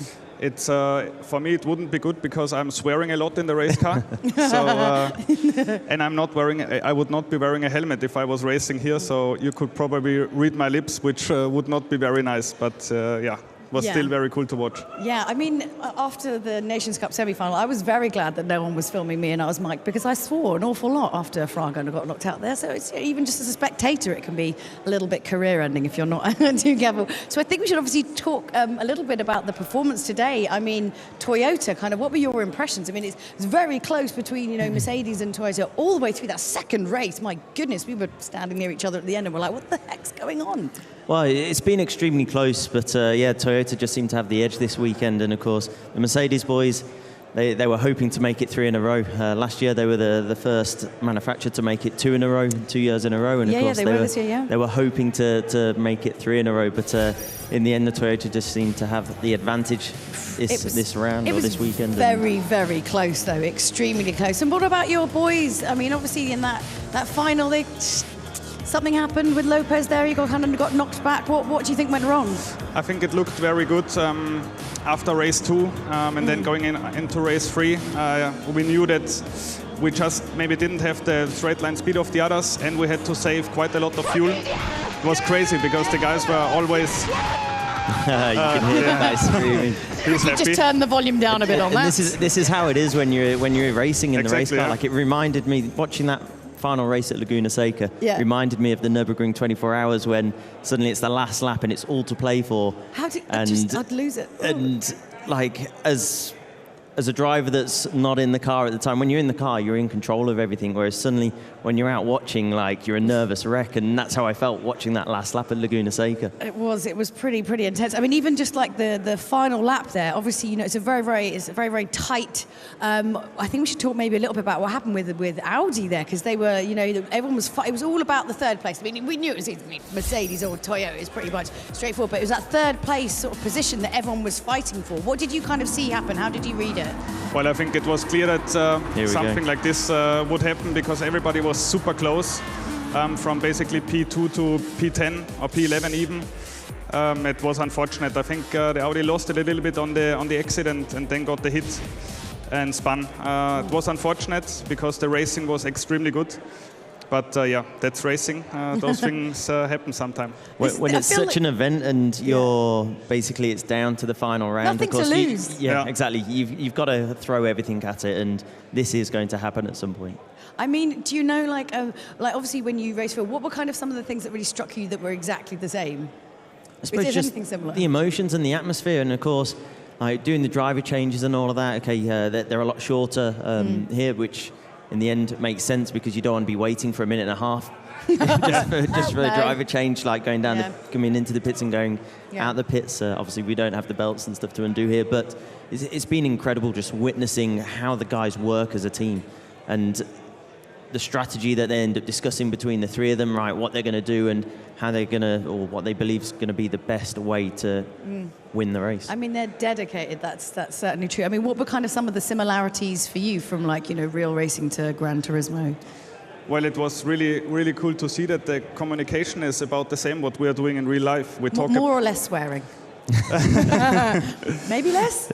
We are talking about exactly the same things. There was so much going on the radio about the fuel numbers. That's what we do in real life if we don't have telemetry. Always talking on the radio, reporting how the tires are, how much fuel is left. So there are many, many similarities. I think the stress level and probably the heart rate is exactly the same here as in the race car because well, the adrenaline's going. I was on the edge of my seat for the whole of that race. Like I would have liked to see my heart rate. It was quite high when we'll we were have to do in that contention. next time. Come back next time. We'll get you hooked up and we'll compare and contrast. Sounds good. Perfect. It's like, oh well, it's been an absolute pleasure to have you here. Thank you so much for coming in Thanks for having and us. getting involved and helping the guys. You know, being on the team, giving a bit of shouting in the mics here and there. It's always a bit useful. So thank you so much to the guys, and we're going to chuck it over to Tom and Jimmy with some of our winners. Yeah, thank you very much indeed, Julia. We're down here then on the floor. My goodness me, I think I've just about gotten my breath back after that one there, Jimmy. It was pretty mega, wasn't it? It was, well, it's pretty much everything we're used to seeing now in these manufacturer series, that it all comes down right to the last lap, of course, the podium being decided right at the end. But, of course, I think it's fair to say it was fairly dominant for one team. Yes, absolutely. Team Toyota, the manufacturer series champions of 2019, Igor Fraga, Ryan Darush, and Tomoki Yamanaka. Huge congratulations to you all. Igor, let's start with you. 24 hours ago, let's be honest, contrasting emotions compared to now. How do you feel? It's kind of mixed feeling because, of course, what's happened yesterday, you know, it took me out from the competition of Nations Cup, which I have been putting, you know, a lot of effort, practicing as much as I could. So, but at least also, like, I had the other goal, which was trying to win the manufacturer series, because, you know, I have been close in a couple of situations, you know. But it didn't happen until now, so I was really chasing this side as well. So it's, how I said, I'm very happy now, but it's still kind of mixed feelings. Well, very impressive result. Jimmy? Yeah, definitely. Well, question for you now, Ryan, as you're there looking nice and ready for a question. So, of course, it's, I guess, almost a relief to win now. You've done one of the big events. You've got one more to deal with tomorrow. Does having this kind of weight off your shoulders help you prepare for tomorrow? I don't think about tomorrow at the moment. No. I don't know. Like, I never felt that much emotion in my life, and I'm so happy I can realize. Fantastic. It's good to hear that you know, it really means a lot. And you can see it up there on the podium. It's great. Tomoki Yamanaka, great drive from you here today. Last time out, of course, in Tokyo, wasn't such a strong performance. How do you feel to have turned the performance around here today and to help Toyota take the Manufacturers Championship? 本当に東京ですごい悔しい思いをして、そして、去年のワールドファイナルでは2位だったんですね。で、今年のワールドファイナルは、去年も一緒に戦ったライアンがいて、でそして新しいチームメイトとして、イゴールが加わってくれて、で本当にどんなレースになるかって正直レース始まる前はすごい不安でした。不安だったんですけど、3人が完璧な仕事をしてくれて、完璧な、運もあったと思います。ですけど、今年は、僕たちトヨタに風が吹いていたのかなという気持ちで、本当に優勝できて嬉しいです。Yes, so last year we had a little bit of a struggle, and again at Tokyo, it didn't go our way. But this year I have such a great teammate, Ryan and Igor, and I felt we had a bit of luck today, to be honest. But I felt the wind was with us, and I'm really happy that we finally made it and we won the championship. Well, congratulations, Tomoki. Well, next down the line, we have Cody Nikolakowski. Cody, I mean, of course, you were, or your team, I should say, Mercedes, were the team with the most wins coming in to the final. I'm sure you're disappointed not to be on the top step, but still second in the world final, that's nothing bad at all. I mean, how are you feeling right now? What are the emotions? I mean, it's great to be on the podium. I'm very proud of what we've accomplished as a team. Tom Lartillo, Anthony Felix, amazing teammates. They didn't put a foot wrong. Unfortunately, the situation didn't favor us. We made some mistakes in strategy. But this is what happens in races. We make mistakes, we falter, and we learn from them. So I congratulate Team Toyota. They did everything right. Especially here, Tomoaki. He's just like me. He's been staying loyal with Toyota for all this time. And yeah, I just hope next year we can come back stronger and hopefully fight for that win. It's just, yeah, there's so many what ifs this time and thinking what we missed in the race strategy. But yeah, just happy we're on the podium, and it's a very strong result for Team Mercedes-Benz. I think regardless, as you say, a fantastic result, and for a brand that has been pretty successful all the way through the year. Thank you. Nice one, Cody. Right, over to you, Alonso Regalado from Alfa Romeo. I mean, Alonso, this was the big surprise for us with Alfa Romeo finishing in third position. Was it as much of a surprise for you as it was for us when we were commentating? This is a shocker for me. I think it's unbelievable. For me, to drive this car is really hard because we lack some power, acceleration, some traction. So to drive around these amazing cars like Aston, Mercedes, Toyota, BMW that have a little more performance, and to be in the podium and beat them, it's unbelievable for me. I'm very happy, and congrats to my team too. They did an amazing job. Well, congratulations there, Alonso. Huge congratulations to all of our drivers who are up here tonight as well. Alonso Regalado from Alfa Romeo, Cody Nikola Likovsky from Team Mercedes-Benz, Tomoki Yamanaka, Ryan Darush, and Igor Fraga, the Manufacturer Series champions from Team Toyota.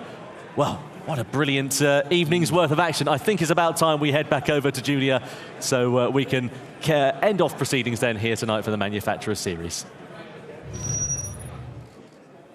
Well, I am joined by Michelin Driver of the Day, again, Coque Lopez. It's the hair, right? Is it the hair, guys out there? Let us know using the hat. No, I'm just kidding. That's what I was thinking out. Yeah? He was checking it just before we started. He was just checking his phone, like, just making sure. So how do you feel about today? Obviously, it's not the best result, but, I mean, what are you going to do moving forward? We knew, I mean, my team knew that it was going to be so difficult because our car was not the best in the last race, and the last race was the qualifying too, and we did P9, then we came back twice. We start from the front on the last race, but we had to save too much fuel. It was impossible to be there and trying to escape. So our race was just that and trying not to do any mistake. Unfortunately, I misunderstood the document of the rules. Yeah. So we did a strategy that we were not allowed to do, and we got that penalty. But I know. Bad day at the office. We keep saying this. How was it working with Philip Eng? Like, what did you learn from him? Yeah, it's a guy that I think you learn from him a lot about mentality for racing. I mean, I was a motorbike racer, but he told me a lot of things that I didn't know from my career. So I just tried to apply them here, alongside the things that I already knew. And we had a nice team because he was a so friendly person, and he motivated us a lot to be faster. Well, look, commiseration for today, but fan favourite, that counts for something, exactly. And 2 days in a row, exactly, it's the hair. Were you going to change it next time? Every time. If you keep voting, we're going to make him change his hair every time, every championship. Well, look, good luck for tomorrow. Take it, focus, go be better. Thank you for joining us. And that's pretty much it for the extra lap. So it has been an incredible championship today. But don't forget, we have the final for the Nations Cup tomorrow. So make sure you are back here with us. It's goodbye from me, and it's goodbye from everyone here in Monaco. This has been a great day. We'll see you tomorrow.